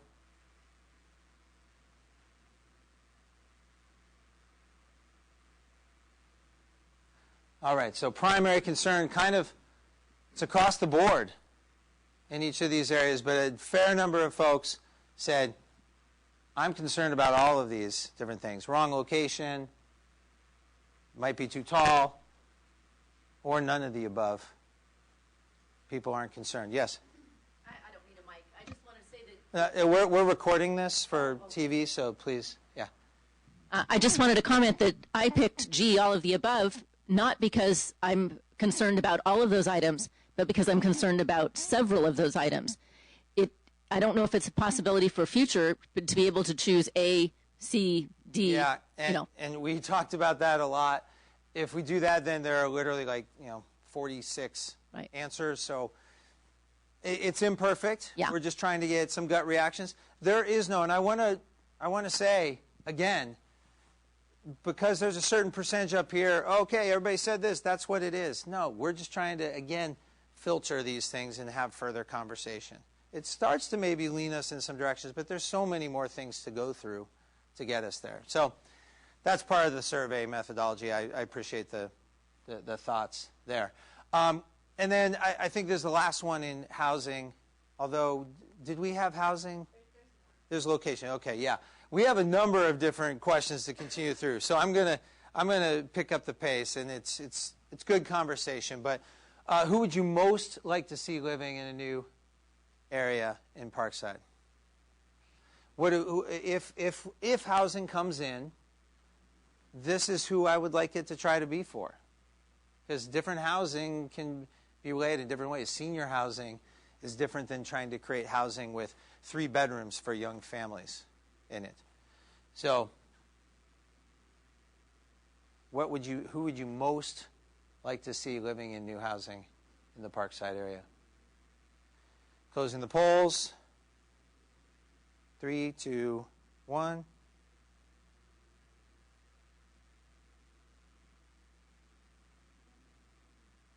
All right. Interesting.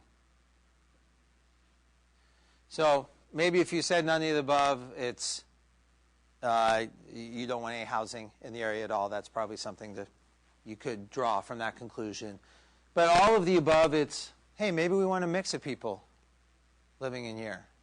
So if housing comes in, and if it's in the appropriate location, in the right way, we want it to be for a broader sense of the community. I think that's an interesting take here. Okay, so here are some types. What types of housing would you most like to see? These are representative images. This is not the developer's quote proposal, anything like that. These are just, what is it? What type of housing? And this can be different character. It could be a townhome, can be done in very modern, straight line character, or it can look like it has flourishes of a different time, a past time, craftsman, whatever it might be. But townhomes are one type. Well, I just showed you townhomes here. You said it could be this. Why don't you show us that? Okay, so we could show you, we could do a whole night just on townhome architecture, right? And so what I'm expressing here is just the type, not the architecture. I'm saying a townhome. And a townhome is something that might have a walk-up stoop like this or something lower like this, but it's an attached unit where this is all one unit. Might be modern, might not be. This is all one unit here, and then it's attached here. They have separate entries. They're not off a common hallway like multifamily housing would be. So that's where we're coming from on this. So townhomes, multifamily, where these are what you might think of apartments or condos, where typically you would enter from an internal hallway, and those would not be stacked in a townhouse type way, but you'd have units on floors consecutively. So that's multifamily. Or mixed use residential. So something that might look like this, where you would have a ground floor of retail development. Again, this is just the type. It's not necessarily the architecture.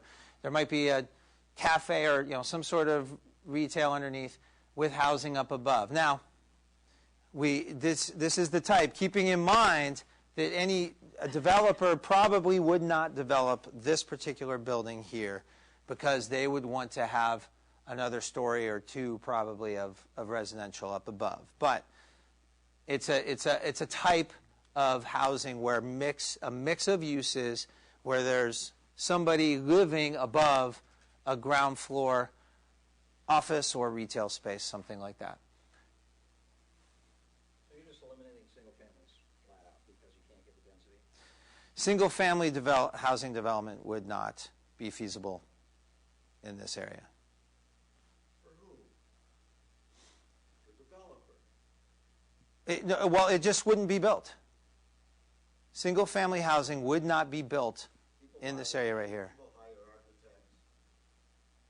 Yeah. So,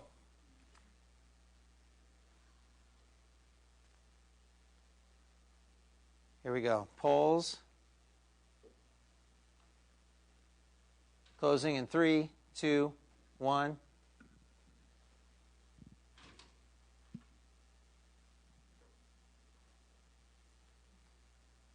All right, again, kind of that percentage of 15, 16% folks saying, I don't want any housing in the area, but then a mix above that of what type of housing, with townhomes getting the most.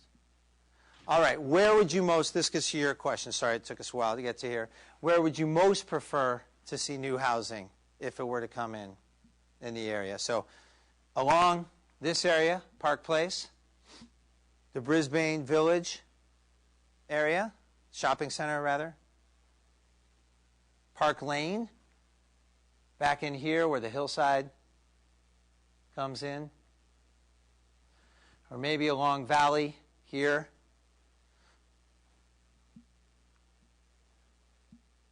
Where would you most prefer? And some of the adjacencies you can see here, whether it's closer to Bay Shore, maybe up here against the hillside, or maybe a little more exposed out this way or closer to the community park.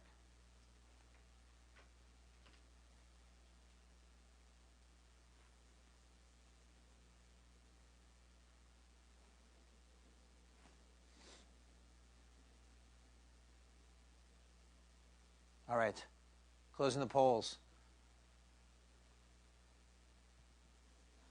Along Park Lane, interesting.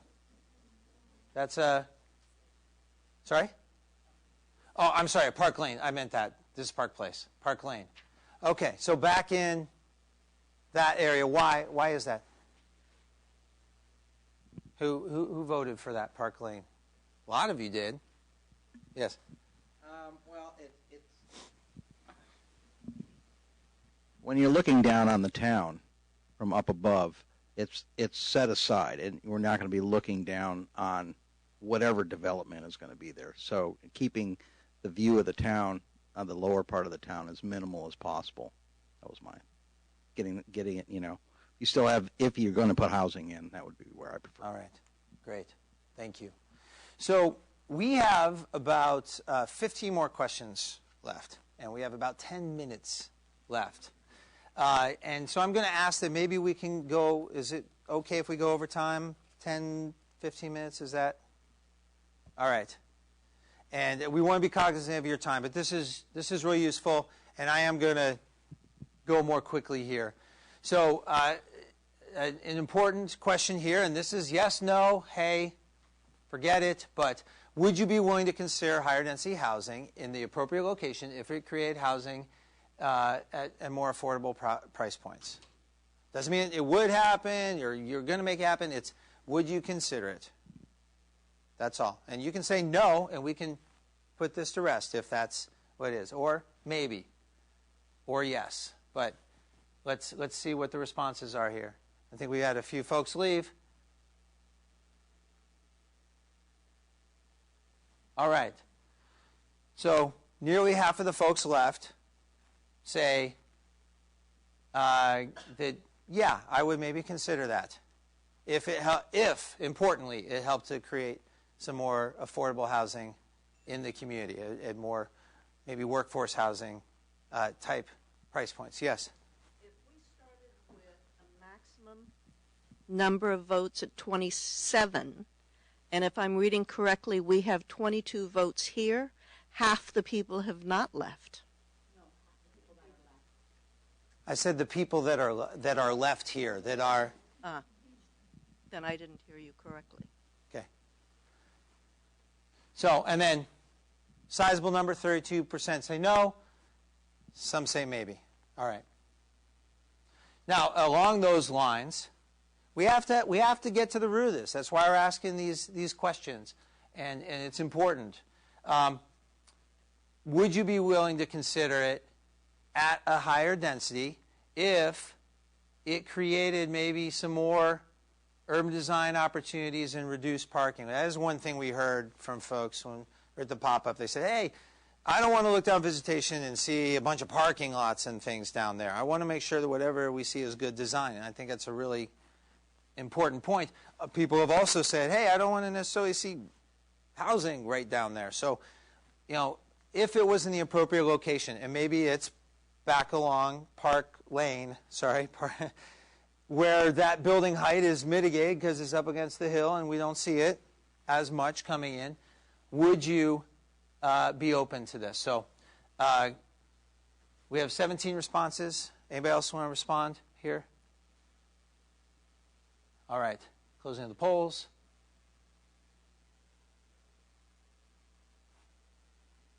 All right. Yes, 55%. No, 18%, and maybe. I think that's the devil in the details. Maybe. It's got to be right because we're a very special community. So, all right. And then finally, I think this is the last one of these. Because of that feasibility perspective, people have said, I'd like that mix of uses. Is this an important thing to you? In the appropriate location. Every time it's got to be in the appropriate location if it helped to make mixed-use development more feasible.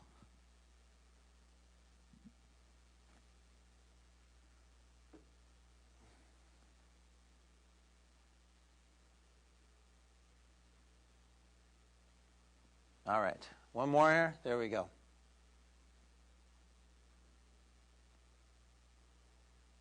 Okay. A little more split on this one. Maybe affordability and other concerns are more important than mixed use to some folks. It's a little more split across the board here. All right. Keeping this pace going here. Streets and circulation. Some of these are a little more straightforward. How often do you walk or bike through the area? And I think Jesney kind of even got a straw poll earlier. But it's important for us to understand, if this is a place that you use now, would you use it more if it had more of those amenities in the future? And we're going to get into a lot of those points here in just a moment. So, how often? Polls are closed. Wow, every day. A lot of people every day. That's cool. That's good. Once or twice a week, monthly, rarely, and never. So some people just drive through and experience it in a different way. But a good range and mix. So when we think about what's the most important improvement, we've been talking a lot about private sector development, but the city and agency partners are really important in helping to create new infrastructure improvements. What's the most important improvement that can be made to enhance walking in the area? So should we focus our finite resources on improving Old County Road for walking? There are some gaps in the area, throughout the area, so don't just concentrate there. Really make sure you're prioritizing in different places. There are existing sidewalks, and then there are no sidewalks where all the red is. So it's kind of like spreading the butter as you can around or right along Old County.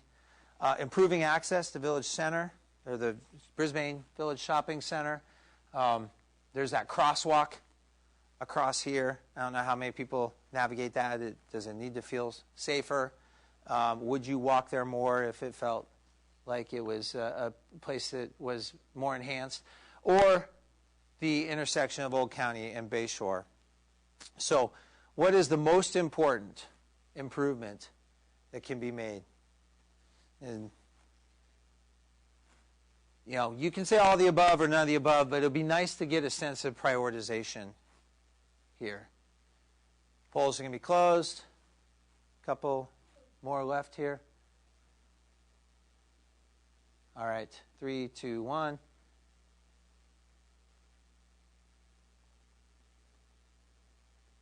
Okay. So Old County and Bayshore, not as much of a priority, but adding sidewalks throughout the plan area and really connecting those pieces is more important than maybe putting it all in one spot along Old County. All right. How about for bicyclists? Bike lanes along Old County Road, improve bike lanes on Valley Drive, because there are some there, but they could use enhancement. The intersection, again, these three right here, if you had to think about these mobility improvements for bicyclists.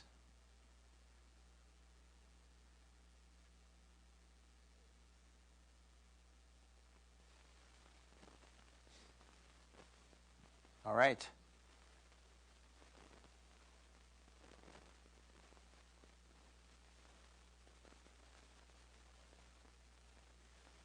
Huh, good. Kind of a split. Who said they... but you asked the question earlier about biking, and nobody in here said they bike through the area, right? She asked about going to work. Oh, work, that's right. I'm sorry, work. Yeah, who bikes through the area right now? And where do you experience where you're like, whoa, they really need to do X here? What's the most important thing you would... I wish they had a bike lane along this section, or... It's pretty good now that they fixed the bridge. The big problem used to be that there was no good way to get over the railroad tracks, but now that they put the new bridge in, it's pretty easy for biking. And I think we talked about, from my perspective, going along County Road, I and most of the people I know cut behind the park rather than having a bike lane following around in the traffic. We just cut behind the park and then here, right, and then go down. Right, so that it would just be that little part at the end that would really need improvement. Okay. Yes, in here. I think it's probably fine for adults the way it is. For kids, it's always a different story. There could be improved bike lanes, but for adults, it's probably just fine. Okay. Here's one. It's been mentioned before, a roundabout, a visitation. Something like this. Sometimes roundabouts are thought of as those big crazy rotaries like in Boston or going around Big Ben in London. Nothing like that. Something of a smaller scale that would maybe slow traffic down. You go around it. Maybe there's an opportunity to have a nice green space. Maybe there's a piece of art or an entry sign to Brisbane or visitation. But do you think this is an idea that is worthy of further thought? Maybe, yeah, wow, that would be really cool. It's about time we get something there.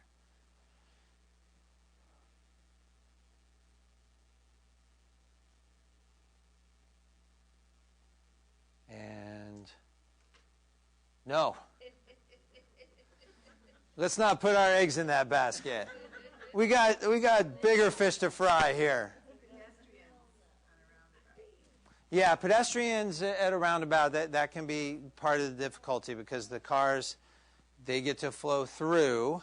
They're not necessarily stopping. And pedestrians, it can be a little tougher. Also, that can, depending on the geometries of a roundabout, the pedestrian passage has to be a little further out, depending. So, but it's not as big of a concern, I think, maybe here. A few folks said yes. All right, so these are just ideas. This is not the design or anything. These are just ideas for Old County. And we talked about bicycles, and maybe you'd cut through, but maybe you'd like to go along one way. Or maybe children need a better passage. But these are the existing conditions. You can see from above. And this is shot here. And this is right where we held the pop-up workshop. You have these wide travel lanes. 18-foot vehicle travel lanes are enormous. And a big median that's not really necessarily used. It's not needed for most of its length for turn lanes and everything. And here's the community park. I mean, a typical travel lane, and particularly in an area like this, could be 11 feet, actually. Maybe 12. Caltrans likes 12 on their larger boulevards. These could be 10, 11 feet easily. So what can we do with that other space? So these are just some thoughts. Here are the existing conditions. Well, what if we did one-way bike lane on both sides of the road?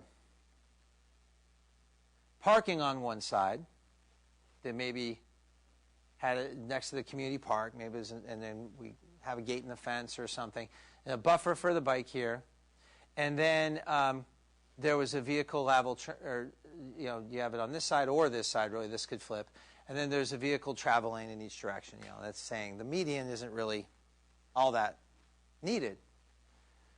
But maybe this is something that creates a better environment for other modes of travel. And actually, when you have reduced travel lanes, people slow down more. 18-foot travel lane, 14-foot travel lane, whatever it is, says, wow, I can go fast. That's just how everybody naturally drives. If it's a narrower lane, you have to be more cautious, and cars slow down. A two-way cycle track. So we just described that up here. Whoops. That condition. Bike lanes on each side, good sidewalks. Here's a two-way cycle track. So this is where bicycles are going with each other on one side of the road, like this. It's like a bicycle path, but it's on the roadway. And so this travels in this direction, this travels in that direction, that bike. Then you might have parking on the other side. There's a lot of different configurations you can do with that amount of space that we have, and no median there. And then a third one is expanding the park, adding bike lanes, and then adding a sidewalk on the park side. So you're creating this kind of bigger park, bigger buffer type area. There are also things we could explore with just keeping a similar configuration and doing a planted median that looks more kind of beautified coming into town, things like that. But these are just some ideas or options here to be thinking about. And then maybe, again, none of the above, right? We've got other fish to fry, but these are some improvements that could be done from a public sector perspective that could enhance the beauty and the entry into the community. All right, polls are closing.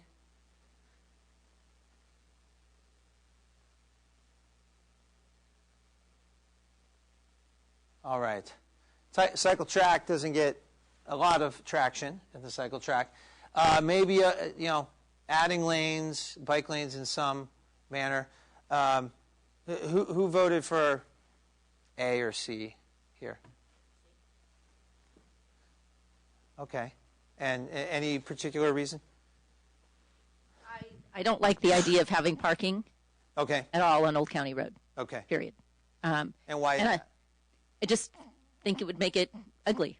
Okay. Yeah, and I like the idea of expanding the park and making it a little bit safer and having the sidewalk there. Okay, good. And who said none of the above? Any particular reason? Just like to set up the way that it is right now. Works just fine. Ain't broke, don't fix it. Well, no, I mean, there could be a little improvement, the sidewalk part of it, but I disagree with people speeding there. I think we're more concerned about people speeding on the upper streets in town and also the throughways to schools. Yeah, the curve helps too to slow traffic. Yeah, it does. Yeah. There's not a lot of people speed down there. And where are the truck drivers going to park that deliver to the shopping mall down there? They park right in the middle there, in the medium. They have no other way of getting in and out. Yeah. So if you close certainly that off, then they're if stuck. that center changes at some point, you think of that public infrastructure, how it relates to the what changes on the well, then it becomes a 4-story building or something like you're talking about. Then where are the moving trucks and deliveries and all that going to park? Because they're not going to be able to fit in those parking lots. Okay. Good. So Bayshore is another important one here. We know the conditions along Bayshore. It's pretty good for cars. It's not the best if you want to walk out there or along it or wait for a bus. There are some enhancements that could be made. So what would you prioritize along the west side? And bear with us, a few more questions here. What are the priorities for kind of streetscape improvements? Where would you think about these better sidewalks, things like that? Sorry, I got a little confused there. For this area, what would you think is most appropriate along here? We were kind of talking topically, now we're zooming into the focus area of Bayshore Boulevard. Is it reconfigure this entrance a little bit and get some cars in off of Village Shopping Center? Should we create more shops and commercial space? Homes, is this a good place for multifamily? Mixed use, none of the above? All of the above?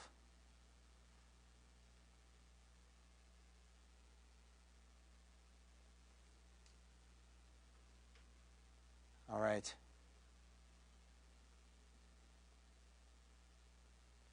Closing the polls.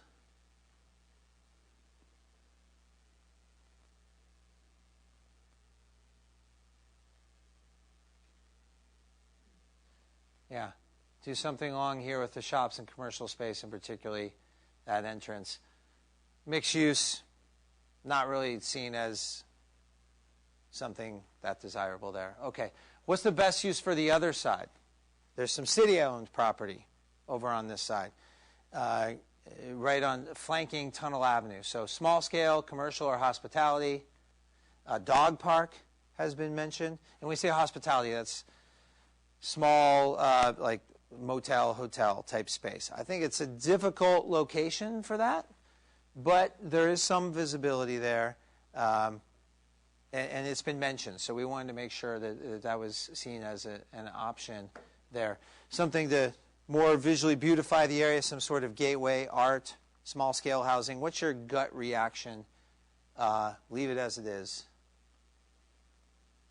This is an asset that the city is looking at, seeing what they can do the best, highest and best use for this area.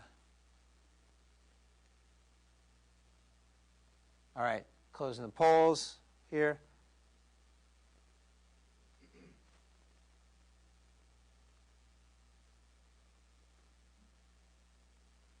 Okay. So mostly on that aesthetic side of things. I think there are some constraints to the site, but these are certainly things that could be done to beautify or provide some sort of entry, or leave it as is. So this gets to the prioritization. Again, Bayshore being such an important area, we wanted to focus down on this area.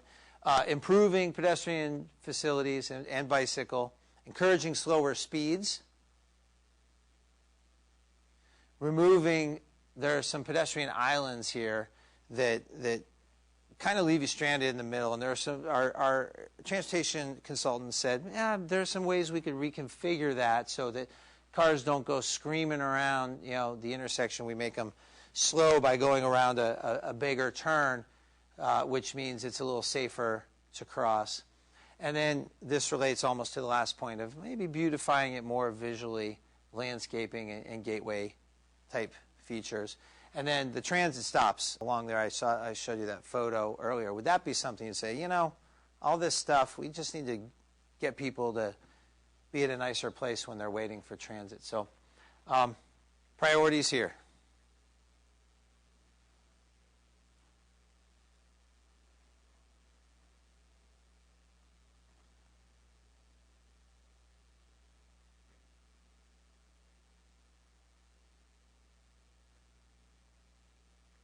All right.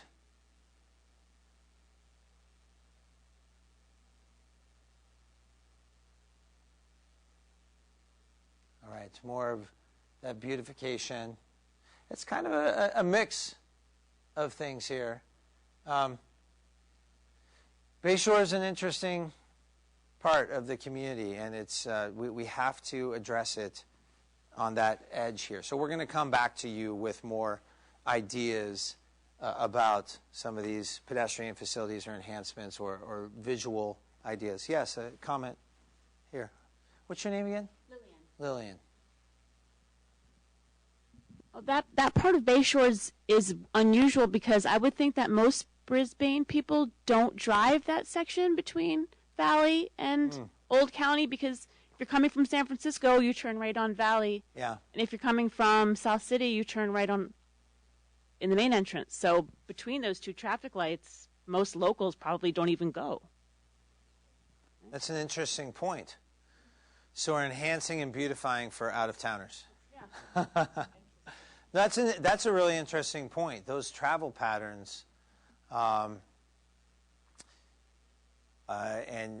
considerations about the entry into the community. It's really at Old County or Valley, but not the stretch in between. Yeah, interesting.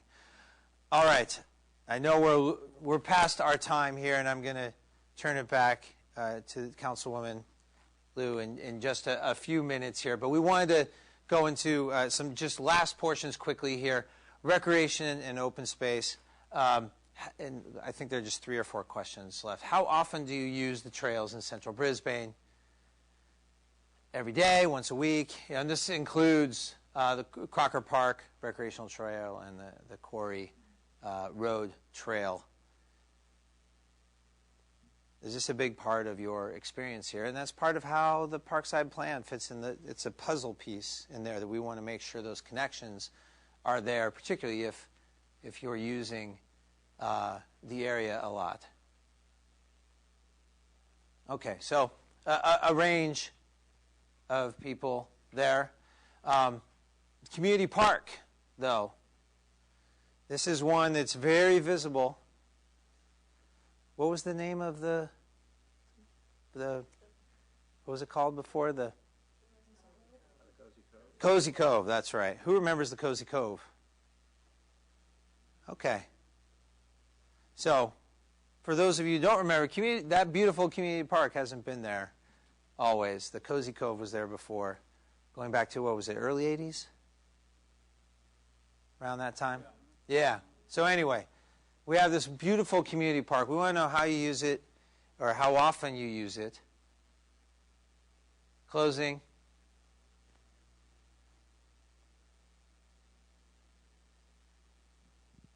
Okay, interesting. So there's a range there. Some folks that rarely or never use it. And now the thought is, okay, well, are there things that we can do to improve or enhance the park where those folks who don't use it might use it more? Talk about the community health benefits of the park. What would you most like to see or see more of in community park? And we know some of these things happen here, but something you would prioritize. Would you like to see concerts, activities along those lines? Outdoor movie night type stuff? A snack bar type facility, a gazebo that sold ice cream, or some other thing that was a more constant presence activated there. And that's a small scale use, but it can be done fairly nimbly and cheaply.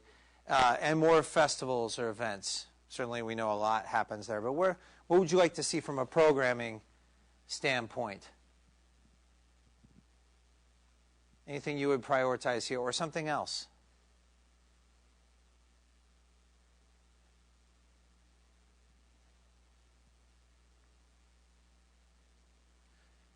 All right.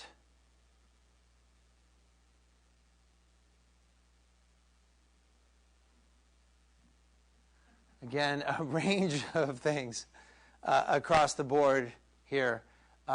Concerts, outdoor movies, those are pretty cool ways to activate an area, have the summer concert series, things like that augment already the things you're doing here.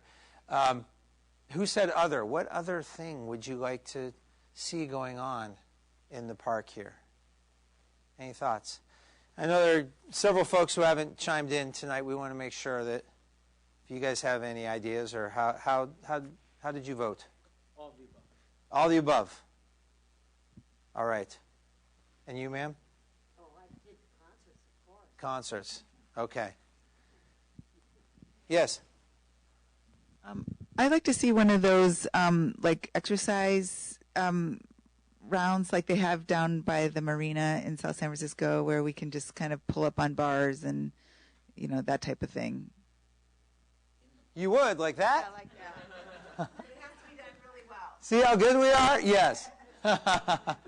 Yeah, this is just an example. That doesn't have to be designed exactly like this, but we thought about that too, and we heard that before. So what type of equipment or structure would you most like to see added to community parks? So there's the programming side, and then there's the kind of structural side. Would it be fitness equipment? You probably have 1A here.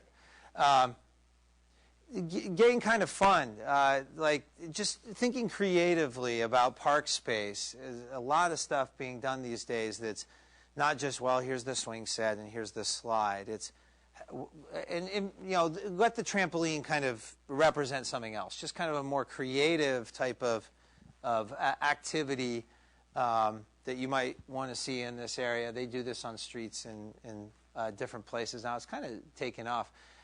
Along similar lines, maybe something like a rock climbing play structure.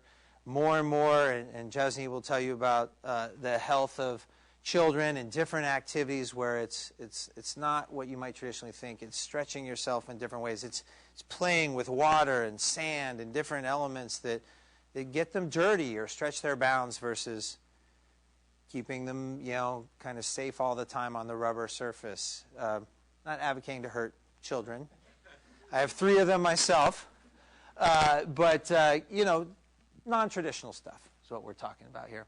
And then whether it's bocce or the cornhole thing or volleyball or some of these communal recreational activities that could take place in the park. Would you like to see more of this here? Also, comfort is a big deal. Certainly wind, sometimes shade. Oftentimes you want more sun, depending on the time of the year. But are there any of these things you'd most like to see in the park? We've got to continue to enhance and protect this great community jewel here. So there's one last question, correct? Approximately? No way. No, I think it's it. All right. And here we go. Okay, cool.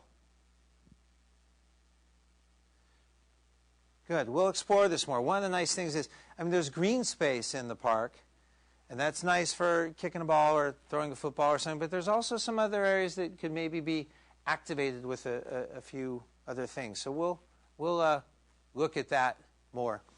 And then finally, building block image and identity. Where would you prioritize improving the image and identity of Brisbane? And maybe it doesn't even need improvement at all. Maybe it's fine as is, but we have heard from folks maybe there are some things we could do. Yeah, and we know Tom's answer here. Tell us how you really feel tonight. Establish something more prominent. That could be, along these lines, some archway. Maybe it's at Old County here, and using signage or landscaping along those lines. The Crocker Industrial Park gateway coming in onto Valley, it's saying something else. It's saying this is welcome to Crocker Industrial Park. It's not saying welcome to Brisbane, this great small town character community. And then we have to hang this up over here, the farmers market sign down there. So maybe that's a spot where we would enhance a little more. Maybe it's something about a unified signage system that helped people navigate, or just was a nicer way to come into the community. And then maybe it's out here on the outer edges. Maybe we want to celebrate more of that arrival. Maybe that does help grab a few more cars off of here to come in and shop at this center, or a revitalized commercial space along there. So out of these choices, anything that is a gut reaction that you would prioritize or certainly not want to have in the community?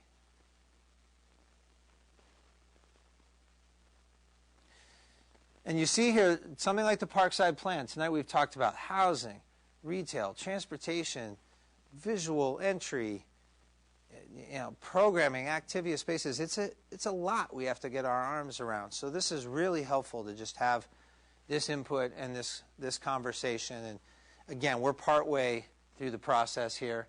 We're going to wrap up the polls.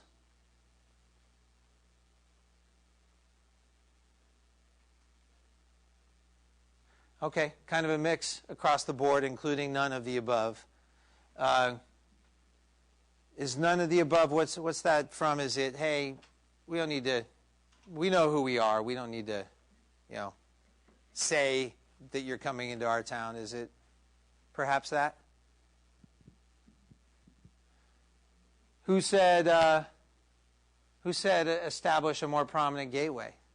Somebody might have liked some of that image, archway or something, some artful lighting, something that goes up. Anybody? No?